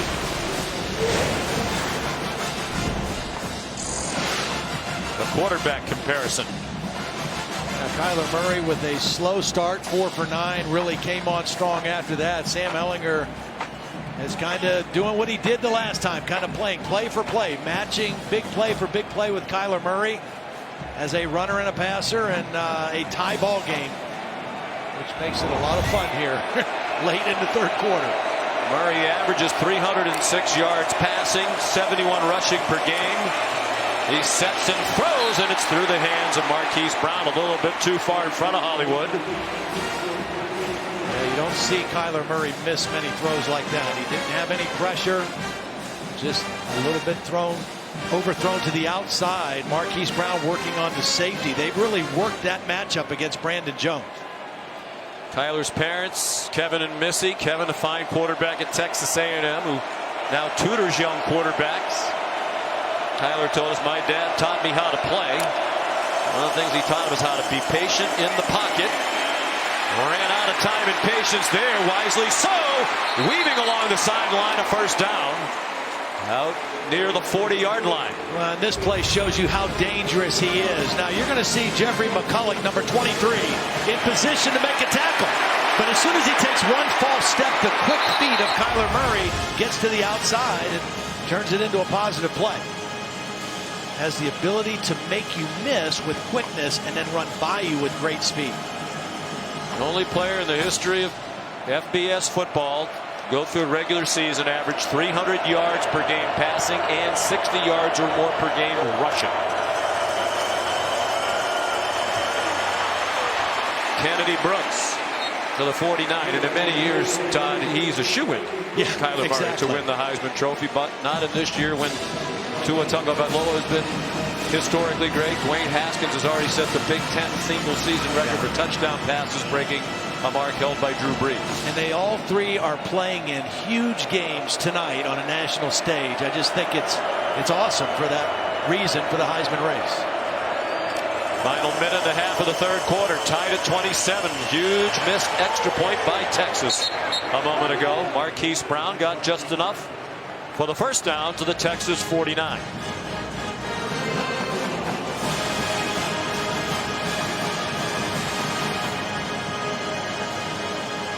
Dicker, who kicked that 40-yard game-winning field goal against Oklahoma with 9 seconds left.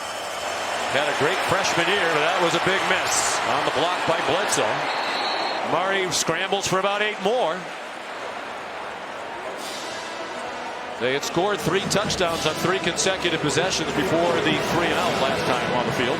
And you hate to give up a gain of 7 or 8, but you'll take that with Kyler Murray because, like Todd Orlando said to us, he can run 60 yards just as fast as he can throw a pass 60 yards. So if you hold him to 8 yards or 7 yards, that's kind of a win for your defense. I'm not sure that's literally true, but it has to be close. You'd almost like to see it. He could outrace a ball that was 60 yards in the air the way he throws it. Marquise Brown. How about that footwork? Knocked down from behind inside the 30-yard line. Nice job by Lee Morris, the other receiver out there with the block on Chris Boyd. Oklahoma kind of methodically going down the field here with short passes and runs after the catch. Brown limping slightly as he went to the sideline. They do not have to snap the ball again here in the third quarter, and it appears that the Sooners will not.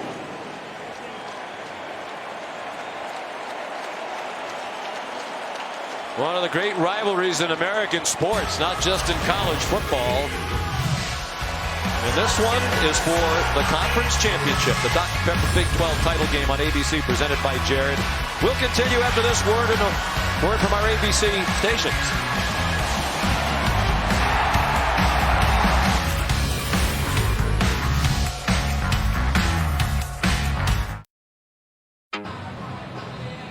Aerial coverage high atop AT&T Stadium, sponsored by State Farm, here to help life go right. Beautiful day outside, temperature in the low 70s. Inside Jerry World, 83,114. Most ever for any FBS conference championship game. On 1st and 10. Kyler Murray tie game, 4th quarter, and the throw just a little bit too long for Carson Meyer. Here's Holly. Well, Oklahoma without Marquise Brown, who may have been one of the people out in a route right there. They have been examining the top of his left foot, really putting their thumb in some of those fragile bones along the top of that foot. They've decided to put his shoe back on. They've taped over the top of his shoe, and he's trying to test out that left foot right now on the sidelines. Well, he was bothered by an ankle and foot earlier in the season, came back the last couple of weeks 100% healthy, but it'll be a big blow for Oklahoma. Clearly grimacing as we had the shot of him a moment ago. CeeDee Lamb, capable big playmaker, shoved out by Devontae Davis. Here's 3rd down. And about 5 for Oklahoma. They are in field goal range to take the lead, and Marquise Brown showing no signs of coming back in the game soon. Well, he's such a start and stop, make you miss kind of guy that any kind of lower leg or foot injury like that could be really debilitating for a guy with his skill set. Injured his ankle against TCU October 20th. Next 3 games averaged just 46 yards per game receiving, but the last 3 he's averaged 150 yards receiving per game as the ankle got better. They need to reset the 25-second clock. Now, are they going to charge a timeout to Oklahoma? Here's what I don't understand. The 25-second clock Oklahoma was going down. Calls their first timeout of the half. 30 seconds. Correction, that is their 2nd timeout of the half. Bill, here's a question I have for you.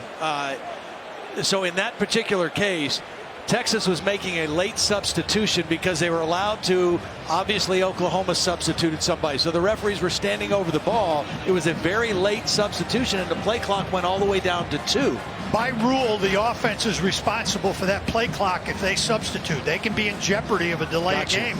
However, you and I talked earlier in the season, we're starting to see more. They didn't really hustle to get on and off the field for the defense. You're seeing defenses starting as a strategy to draw that thing out. Yeah. Well, that strategy draws a timeout out of Oklahoma here at the beginning of the 4th quarter. Remember, they used all 3 of their timeouts in the 1st quarter. Marquise Brown now distraught. Here's the reality: is he will not be coming back into this game. That's a shame. What a shame, indeed. One of the best receivers in the country, looking like he'll watch the rest of this conference title game. 3rd down and 5. Play clock down to 1 again.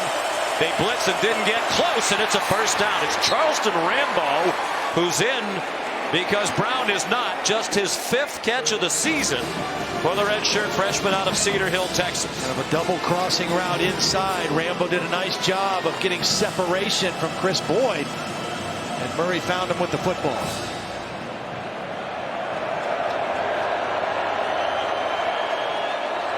In terms of time, a very long drive by Oklahoma standards, more than 4 minutes now.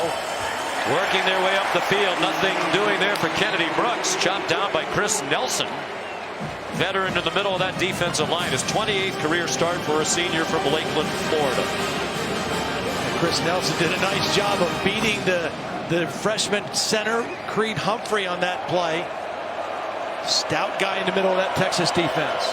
Personal center coach will help Creed work on that in the days ahead. We'll have that one filmed up, boy. Blitz again. Murray danced ahead to the 15, perhaps even the 14-yard line. Nelson in on the play again with Anthony Wheeler. Officials timeout for an injured player. Defense. Malcolm Roach, Jr., who fractured his foot early in the year. They thought he'd be out the entire season, but he worked very hard, rehab his way back in. We'll check on Malcolm after a timeout.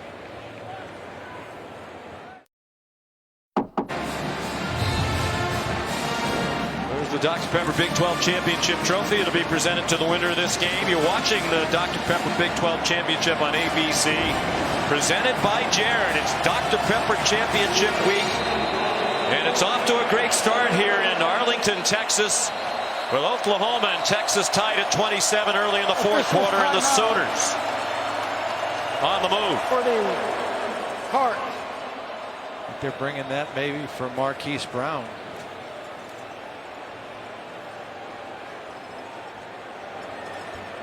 The guy that Texas needs to step up here in what could be one of the biggest third down plays of the ball game. Charles Omenihu, the defensive lineman of the year in the Big 12 Conference, been pretty quiet so far today against this outstanding offensive line. Another blitz from Texas, and Murray's pass behind CeeDee Lamb with Devontae Davis in single coverage. 4th down, and the field goal team comes on for Oklahoma. Chris Nelson, number 97, did a nice job. He wasn't going to get to the quarterback, but he jumped and raised his hand, and that little bit got in the vision of Kyler Murray, and the pass was thrown behind his intended receiver. Seibert, one of the great kickers in the country. For the lead from 31 off the left upright and through. We've seen one hit the crossbar, and we've seen something hit the upright. Seibert knocks it through.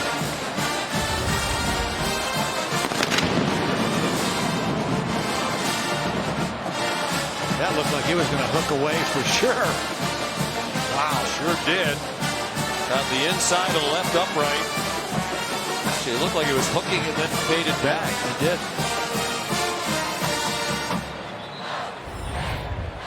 So Austin Seibert gives Oklahoma the 3-point lead, 12:37 to go. He's moved past Auburn's Daniel Carlson as they take Marquise Brown to the locker room.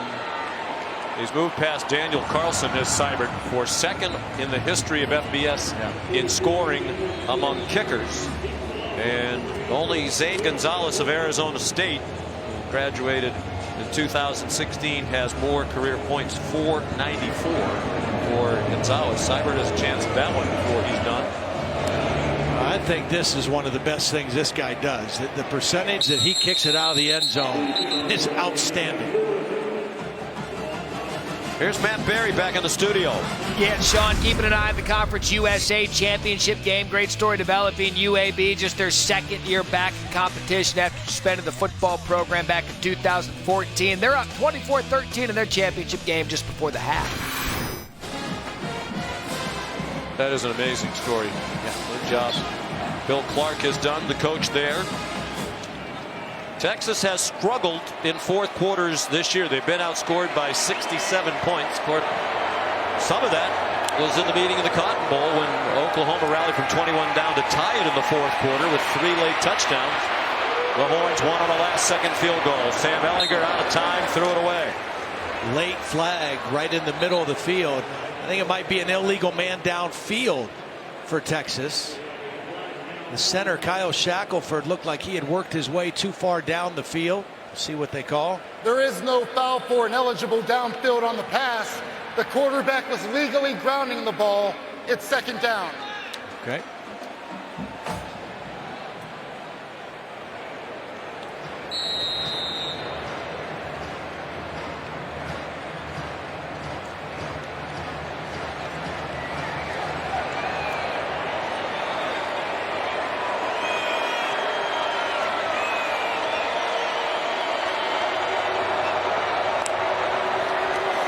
On 2nd and 10, Ehlinger, the design roll, threw way over the head of L.J. Humphrey. Here's Holly. Well, Curtis Bolton, the 2nd leading tackler for this Sooner defense, is back out on the defense right now, which is important. They have been throwing liquids down him. I think he drank about 4 bottles of Gatorade. He's been putting tons of those chewable gummies of Gatorade into his mouth, so he's back out onto the field, and that's big for the Sooners. Yeah, he's back, and Neville Gallimore is back on this 3rd and 10 play for the Sooner defense. Can they get another critical stop at this juncture in the football game? 7 out of 11 on 3rd down. They converted on their first 3 to the Longhorns. Ehlinger lofts one for Johnson. And here comes flags from all over the place as he got tangled up with Parnell Motley.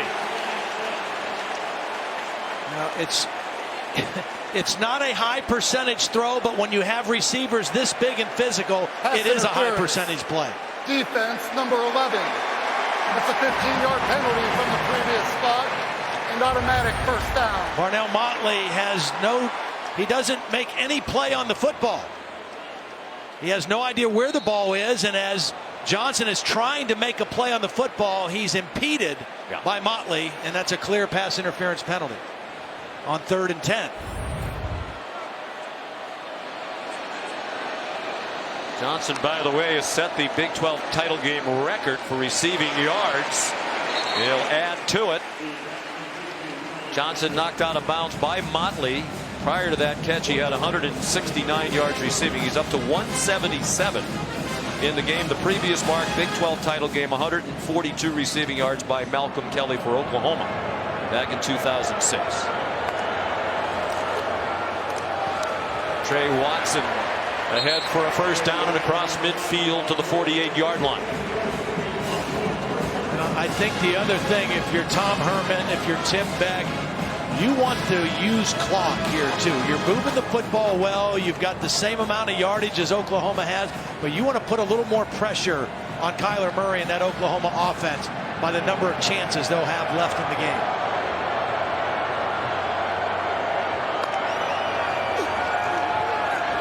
Look out, Ehlinger about to get hit as he throws. Johnson flailing around, won't get a flag thrown this time. Good pressure by Kenneth Mann on Sam Ehlinger. Yeah, he got a good hit on Sam Ehlinger too as he released the football.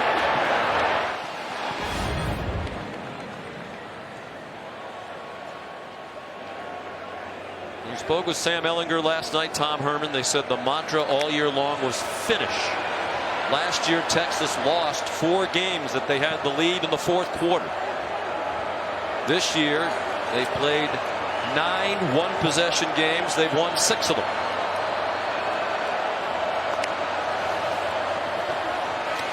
Trey Watson. Tom Herman told us throughout the offseason, with about 15 minutes to go, even if it was just a weightlifting session for the team, they'd stop, they'd bring everybody together, they'd hold up 4 fingers as if, okay, you're heading to the 4th quarter of this workout, let's finish. Well, they're going to have that opportunity here. That was a beautiful play on 2nd down by Neville Gallimore to stop that run and for little if no gain. And 3rd down and long again. They converted on 3rd and 10 with the penalty a moment ago. 2 big receivers down to the bottom together. Pressure. It's blocked. Ehlinger throws. And the fans want a flag on Trey Norwood, who was wrapped around Lil'Jordan Humphrey. There is no call.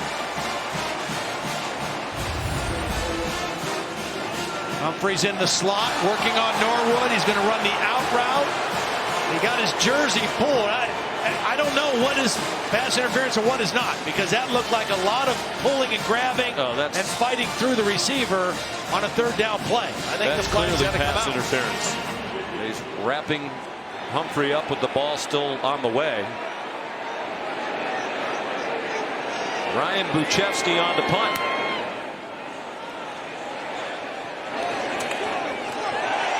That's going to be a penalty. Could be.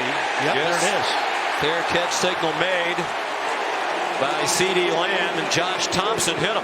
Well, Josh Thompson thought he was going to catch the football. He thought CeeDee Lamb was going to leave the ball alone. But CeeDee Lamb went to make the fair catch, and because Thompson ran into him, that's a penalty.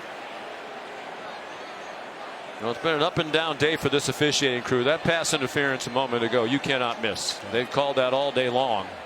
Yeah, especially based on the way they've called the game. Absolutely. Again, we've had a couple games in this conference in the last few weeks that they didn't call anything like that. I think that would have been a pass interference penalty in just about every instance, even when games when they've let them play. How about last night? Catch interference by the kicking team, number 9. 15-yard penalty from the spot of the foul. First down. Timeout. We'll talk more about it when we come back. 10.5 to go in the Big 12 championship game. The 2018 Dr. Pepper Big 12 Football Championship, presented by Jared on ABC, is brought to you by Ice Cold Dr. Pepper, the official drink of Fansville. Jared, dare to be devoted. And in part by Pacific Life. Experience the power of Pacific. Aerial coverage above Arlington, Texas, the home of the Cowboys and the Texas Rangers. Brought to you by State Farm, here to help life go right.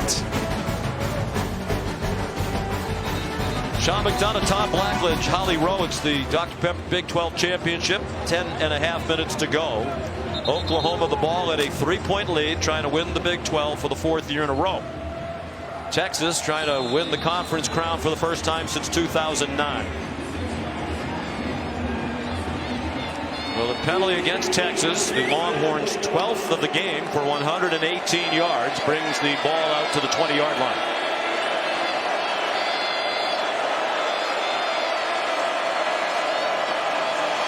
Kennedy Brooks, the running back. Longhorns showing blitz and trying to bring 5. Well blocked, and Kennedy Brooks chopped down. P.J. Locke, the senior out of Beaumont, Texas. Stalwart for this Longhorn team, his 40th career start. Very physical, plays that nickelback position, one of the most physical guys on this team.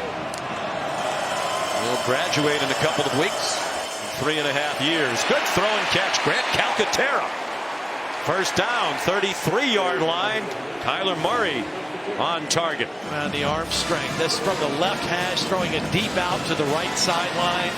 The guy can make every throw that you'd want a quarterback to make. Very impressive arm. It could be he has just one more football game left. He hopes he has 2 more left in the college football playoff, but it was reiterated earlier this week his intention to go play baseball as a first-round pick of the Oakland A's when this football season is over. Kennedy Brooks yanked back after he crossed the 35. Anthony Wheeler, the tackle. Both teams have done a great job of taking care of the football. Texas had the one football by Trey Watson that fumbled out of bounds, but neither team with a turnover. Murray again on target. CeeDee Lamb ran away from Devontae Davis, who looked a little wiped out. Is he trying to make the tackle?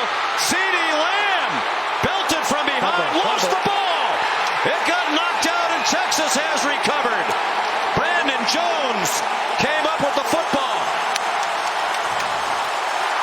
The ruling on the field is a catch on ball, recovered by the defense, first down. Gary Johnson came flying down the field. The senior from Douglas, Alabama, separated Lamb from the ball, and the Longhorns have it at the 8-yard line. What started as a poor play by Devontae Davis that turned a short throw into a long gain now ends up as a turnover, it appears, and Texas, with the first turnover of the game, is going to get the football. Was his knee down before the ball came out? That's the only question. Not that ball's well on its way out. Ball is out. What a hustle play by Gary Johnson, chasing from behind. CeeDee Lamb had turned that catch into a spectacular play, but the hustle play by Gary Johnson gets the first turnover of the game for the Longhorns. As you said, turnover free on both sides prior to that one. 9:06 to go. Texas from its own 8-yard line. Deontay Ingram yanked down immediately by Kenneth Mann.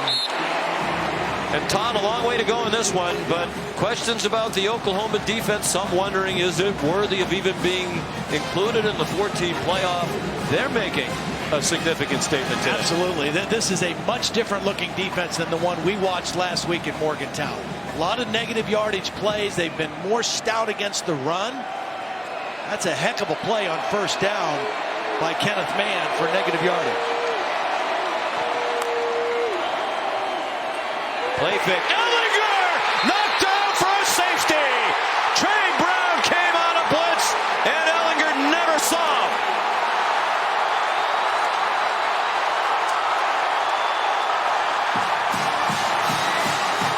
They call this a cat blitz, a corner blitz from the short side of the field. Ehlinger has his receivers to the left. He is not anticipating blitz at all. It's going to come right from here, and Sam never sees it, but he feels it when it's too late.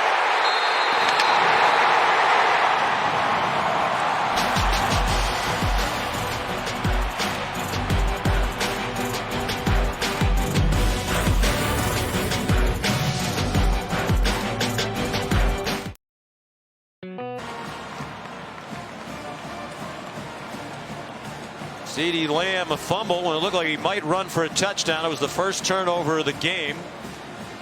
But the defense for Oklahoma bails him out. Corner blitz from Trey Brown, and Lamb relieved. The defense got him off the hook.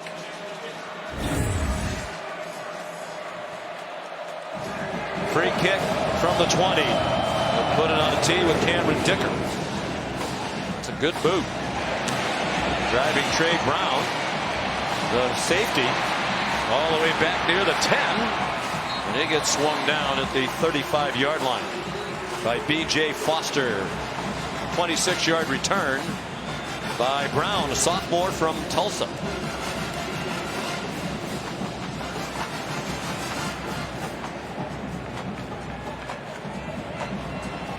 Good field position and a 5-point lead for Oklahoma.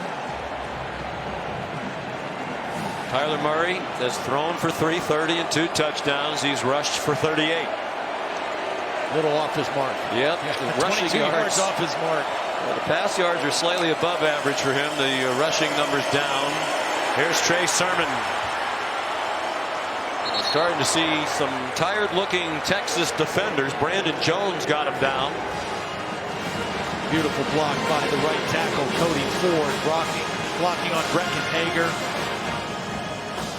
Just opened up a massive hole that time for Trey Sermon. Sermon's not a guy that's going to make you miss very much. He's a pretty physical runner.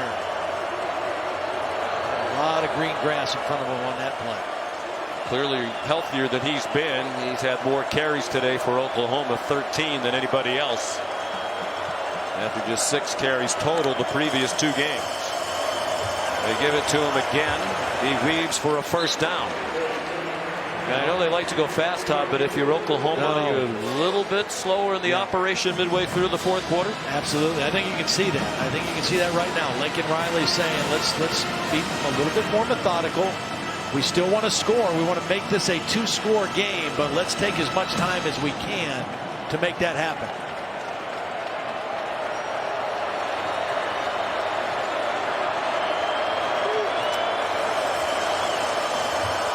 Sermon again up the middle. Charles Omenihu, the tackle at the 49-yard line. 3 yards for Oklahoma. The clock goes under. 7 minutes remaining in this Dr. Pepper Big 12 championship game.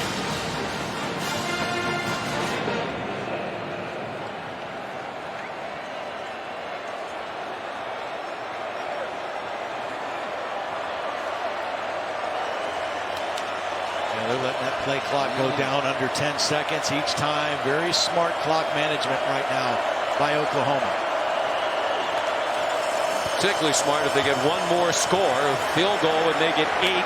Texas would have to get a touchdown and a 2-point conversion. Obviously, a touchdown makes it a 2-score game, and Texas would be in a heap of trouble. Big 3rd down call here.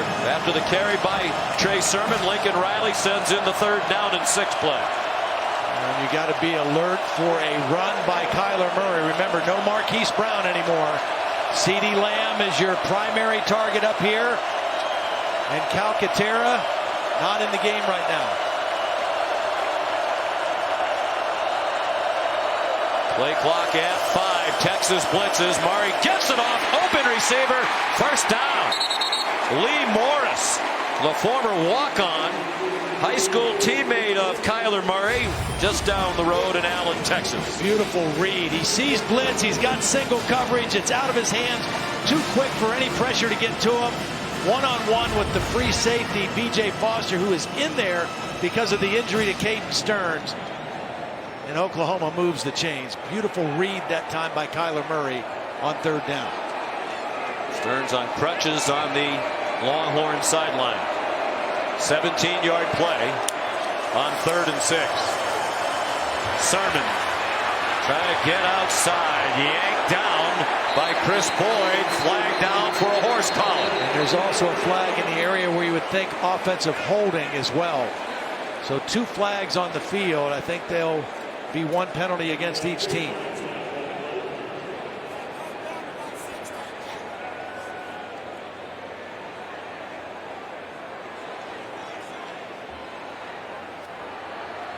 There are fouls by both teams. Holding Offense number 72. Personal foul. Horse collar tackle. Defense number 2. Those fouls will offset. Replay, first down. This has been a tough game for Chris Boyd in the penalty department. Didn't hear who they called the holding. Oh, 72, Ben Powers. And then there's the horse collar at the end by Chris Boyd. So it's 1st and 10 again. The clock moving, under 5 minutes to go. A blitz, and they ran into the side from which the blitz came. Texas didn't wrap up. And the blitzer, B.J. Foster, actually wound up being involved in the tackle at the line of scrimmage on Trey Sermon. I don't think you can play off coverage on these wide receivers. I think you got to get up and press them if you're Texas, because if it's off and you try to pressure Kyler Murray, he's going to get that ball out quick. He may not throw in this second down play, but if you play off on their wide receivers, he can get the ball there in a hurry for completions.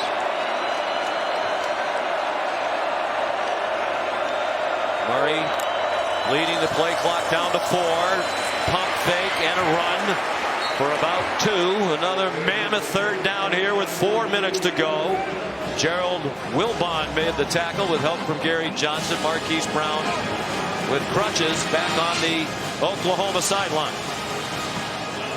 This is the down I think you have to get up and get a little pressure, get some hands on receivers. 3rd down and 9. Texas brought a blitz a moment ago on 3rd and 6.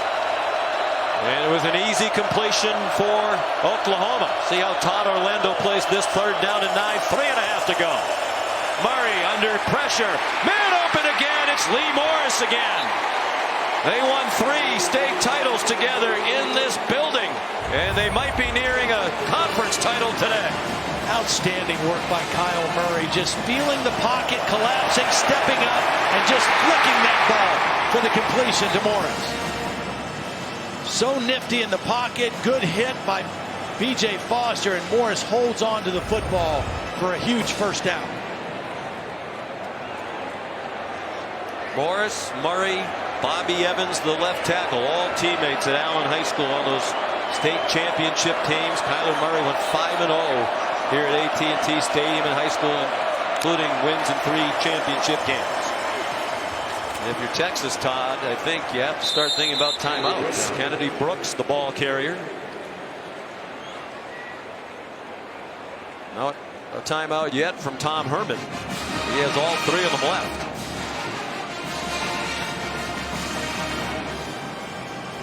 So impressed with Kyler Murray, his work in the pocket. You know, when a guy who can run that well, you'd think he'd take off and run all the time, but he moves in the pocket with the idea of throwing the football. He runs when he needs to run, and he runs when it's a designed quarterback run. But he stays in there and moves to throw, and did it beautifully on that 3rd down play. 2nd and 7. Now there might be a timeout. Sermon. There's a timeout. Texas fans hollering toward Tom Herman to use the timeout, and he does with 2:04 to go. Can Oklahoma convert on another 3rd down? We'll find out right after this. Texas. Underneath. Back at the Dr. Pepper Big 12 Championship. Oklahoma leading by 5. And here's today's Dr. Pepper Spotlight. Well, the spotlight is on Kyler Murray, who started slowly 4 for 9, but has really picked it up. Beautiful use of his eyes. We've seen this a lot today. Moving the safety, holding the safety where he was. Comes back with a nice touchdown pass to CeeDee Lamb. Here's another one to Calcaterra. What I like about this is his ability to just stay alive in the pocket, and he has quick feet, but he also has quick eyes. He sees what he wants to see, and this was the 3rd down play just a bit ago to Morris for a huge conversion. Kyler Murray sitting right now at 361 yards and 2 touchdowns throwing it. Lee Morris, his old high school buddy, didn't have a catch all day. He's had catches on 2 big 3rd downs. Where will they go on this one? 3rd down and 10. 2 timeouts for Texas. Oklahoma by 5. Murray lofts one up for Calcaterra. Oh, what a catch! With the defender on him, it looked like he snared it with one hand. Grant Calcaterra with 2 minutes to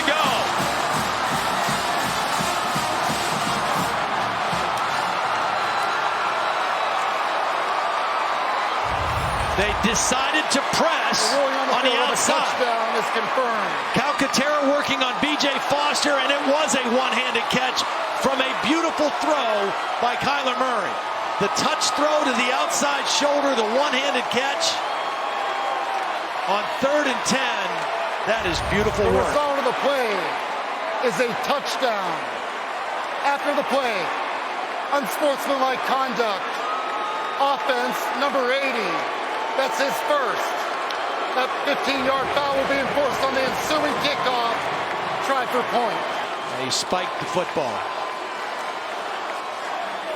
What a drive, a championship drive, yes. It seems, for Oklahoma. They held the ball for 6 minutes and 19 seconds, 11 plays, and barring something remarkable in the last 2 minutes, they'll be the Big 12 champions for the 4th year in a row, and quite possibly on their way to the college football playoff. A lot to be determined elsewhere on this championship Saturday. They were 3 for 3 on 3rd down on the drive, including this one.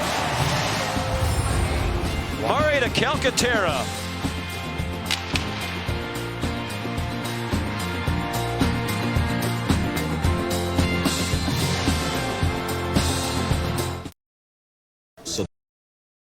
That Mary with a programming update. Those waiting for Memphis and UCF. That game's going to kick in less than 3 minutes over on ESPN News before moving to ABC at the conclusion of Oklahoma, Texas. Sean, back to you. A big stage there for Darrell Henderson, as the graphic said, Doak Award finalist, Doak Walker Award finalist for best running back in the country. There are 3 finalists: Jonathan Taylor of Wisconsin, Travis Etienne of Clemson, the others. So a chance for Henderson to impress the voters who haven't voted for the Doak Walker yet. There's Lil'Jordan Humphrey. Lil'Jordan Humphrey. There's a flag down back at the 30-yard line. It's a touchdown if it stands.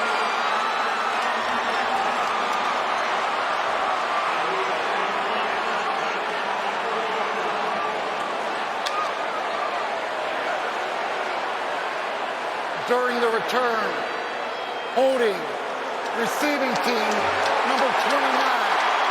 10-yard penalty from the spot of the foul. First down. Josh Thompson called for a crushing penalty for Texas. Oh, right there in the middle of the frame, number 29. There's the left hand grabbing jersey and maybe even face mask on the return. Lil'Jordan Humphrey, touchdown taken off the board, and for Texas, 12 penalties, 118 yards. That'll be the 13th, I believe. 13th, I don't think they put that on the stats monitor yet. What a crusher. You know, and Oklahoma a little bit lax on their coverage because they're so used to Seibert kicking it out of the end zone. There was nobody even around Lil'Jordan Humphrey.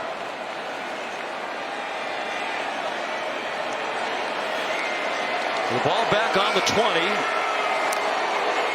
Kickoff return touchdown wiped out.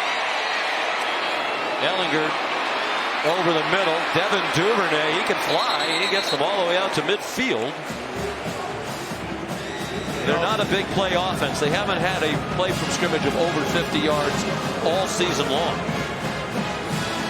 They're not really built to play come from behind necessarily either. That's just in a difficult situation right now. 2 timeouts for Texas. Ehlinger on target. Lil'Jordan Humphrey a yard short of the first down, shoved out by Caleb Kelly at the 43-yard line of Oklahoma. Before those 2 plays, which were both first down plays, the difference in this game has been the Oklahoma defense on first down. In the first half, Texas averaged over 7 yards a play. In the second half, under 2 yards until this last possession. That has been a huge change for this Sooner defense in the ballgame. Ehlinger had a wall in front of him, circled back to get away, incomplete pass for Johnson. And you think back to last week too, Todd, the game for Oklahoma at West Virginia, one they absolutely had to have. They didn't win that game. They weren't even going to be in this game. Right. And the Oklahoma defense, much criticized, deservedly so for a lot of reasons, scored 2 defensive touchdowns in a 3-point win. Right.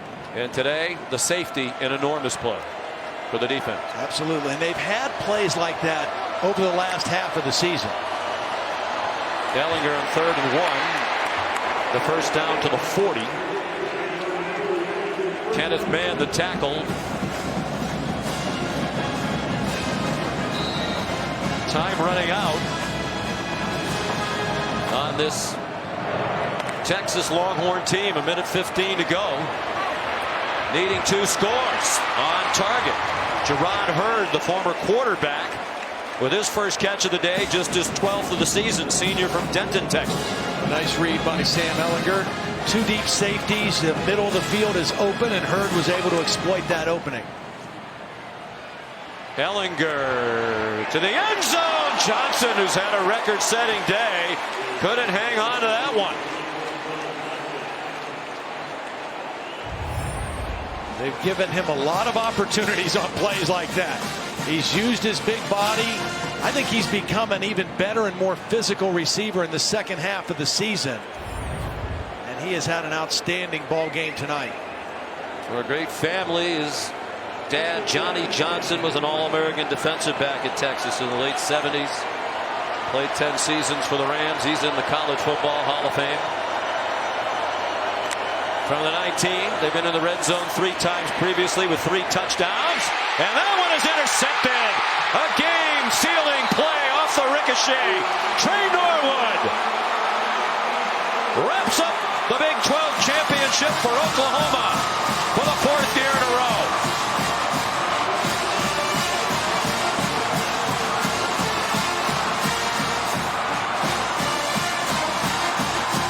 Obviously, a little bit of a miscommunication between Sam Ehlinger and Lil'Jordan Humphrey. Watch as Humphrey goes out to the outside. The ball's thrown to the sideline. He's moving in.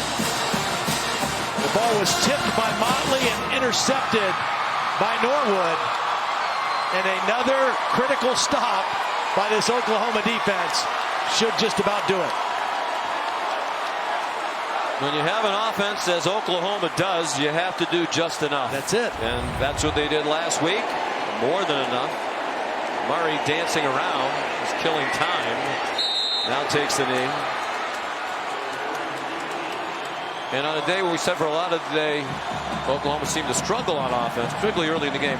511 yards of offense. Right. That means every conference game they played this year, 9 regular season and the conference title, they had 500 yards of offense. Tears in the eyes of Lincoln Riley, it seemed. They were the first team in the history of college football to have 500 yards of offense in each of 9 regular season games. Oklahoma, the first Power 5 team to win 4 straight conference titles since the Florida teams of the mid-90s, 93 to 96. First Oklahoma team to do it since the mid-80s under Barry Switzer. And I think, Todd, if Georgia loses to Alabama tonight, Oklahoma's in. I think so too. Slotted at number 5 by the committee this week. They certainly didn't do anything, in my judgment, that would require somebody would leap over them because they weren't good enough today. Here's Holly Rowe. Well, Coach, all week long the focus has been trying to do something no team in history has ever done in the Big 12. 4 straight championships. What are you most proud of this group? Hard to say. It's been a hard year. 4 in a row, something's never been done in Oklahoma, never been done in this league. I'm so proud of our guys. Texas was a great team, great battle with them, both of them this year. But we're the champs, and it feels darn good. Your quarterback, again, you put the trust in him on 2 crucial 3rd downs, and he finds old high school teammates to make those plays. Why do you trust Kyler Murray like you do? It's what he's done all year. He's had to make big plays in big games. He's had to make plays for us every single week for us to win. And the guy's done it at elite level. He's the best player in the country. I think America saw that right here. Coach, this may not be the right moment, but I'm going to ask you anyway. Why does this track team deserve to keep playing college football? Because of what you saw today. It's a 12-win team. Team that's just still getting better and better. Our defense played their tails off today. Our best ball's ahead of us. We can't wait for what's next. Thank you. Congratulations. Thank you. Emotional Lincoln Riley, appreciative of what his team accomplished Player Spotlight is brought to you by Cognizant. And Murray, his coach, making the last-ditch pitch for his quarterback for the Heisman. 379 passing. CeeDee Lamb, a big day receiving. Murray threw 3 touchdowns. He also ran for 39 yards. And Texas, if Oklahoma does go into the college football playoff, there's a lot to be determined yet. Texas probably in the Sugar Bowl. They will be in the Sugar Bowl to fill the Big 12 spot. So a big game ahead for Texas. Bob Shoes and Brock Howard are in Orlando for the American, coming up right after these messages. So long from Arlington.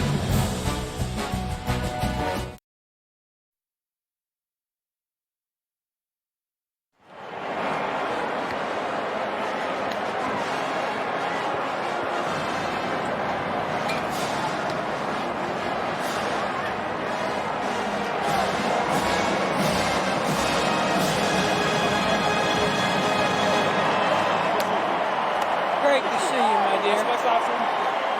Curtis, what's the best part of this? Oh, it's why we fuck.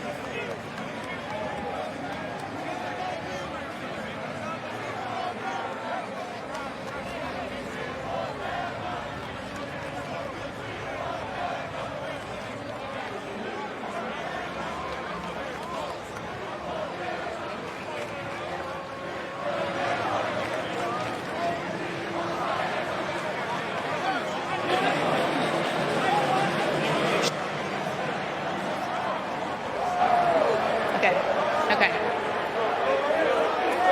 Ladies and gentlemen, I think it's a time to hand out a little hardware to the Oklahoma Sooners, your 2018 Big 12 champions. And now, to present the award, here is your most outstanding player, Kyler Murray.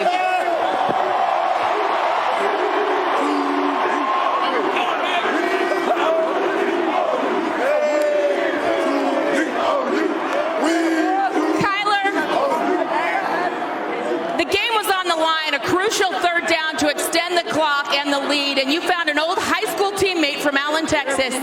How did you have trust in that moment to go to Lee? I've been with Lee for 5 years now, 5 to 6 years now, man. I trust him. I trust everybody on this team. It was just a look we had in practice. We practiced all week. We come out here and execute, and that's what we did. Time and time again, your coach, Lincoln Riley, has put his faith in you and kept the ball in your hands. What have you done to earn that trust? I just try to come to work every day, work hard for these guys, work hard for them, work hard for my team, and at the end of the day, I mean, it's paid off. You've waited a long time to be the guy and have this moment. How does it compare to what you thought it might be? It's exactly what I thought it was going to be. I mean, it wasn't easy. It was not easy. It was a lot of hard work. A lot of times, you may doubt yourself, but we stuck with it. I stuck with it, and we're Big 12 champions. I know your mom and dad are in the crowd somewhere. They got to be so proud of you. What do you have to say to mom and dad in this moment? I just want to thank them. Love them. I wouldn't be here without them, so I just want to say thank you. Just in case this is your last year playing college football because you've got a bright Major League Baseball career ahead, how does this compare to whatever you've gone through in your athletic lifetime? This is right here at the top. This is right here at the top. To win a Big 12 championship with these guys, what we've been through. These guys are the only people who know what we've been through. It's been a long season, and to do this with them, with these fans, this right here, it's right at the top. Thank you very much, Kyler Murray, your most outstanding player.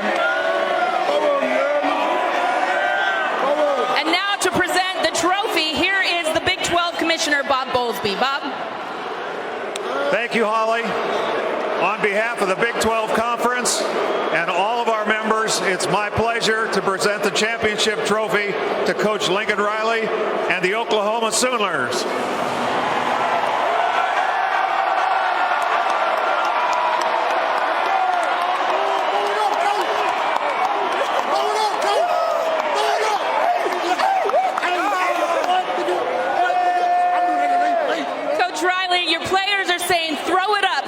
I think they mean 4. What does the 4 mean?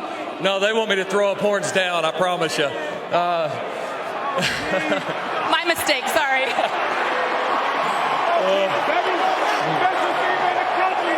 I'm proud of these guys. I mean, to win 4 of these in a row is so special. We came in here 4 years ago, and winning 1 just seemed like a dream. And here we are. These guys have had a back and forth year, and we fought. We showed them why Oklahoma is champ youth. This was an interesting game because your offensive line you have leaned on all year, and in the first half they were struggling to get things going. How did your offensive line pull it together and get this championship? Well, they're the best group in the country, and that's what they do. And they led us all year, man. Those 5 guys right there are something special. They've been the catalyst for this offense, and love having them on our side. As much as your defense has been criticized, and they have been, they came up huge in this game. The stops, the safety, every time you needed them, they were there. What do you say about this defense?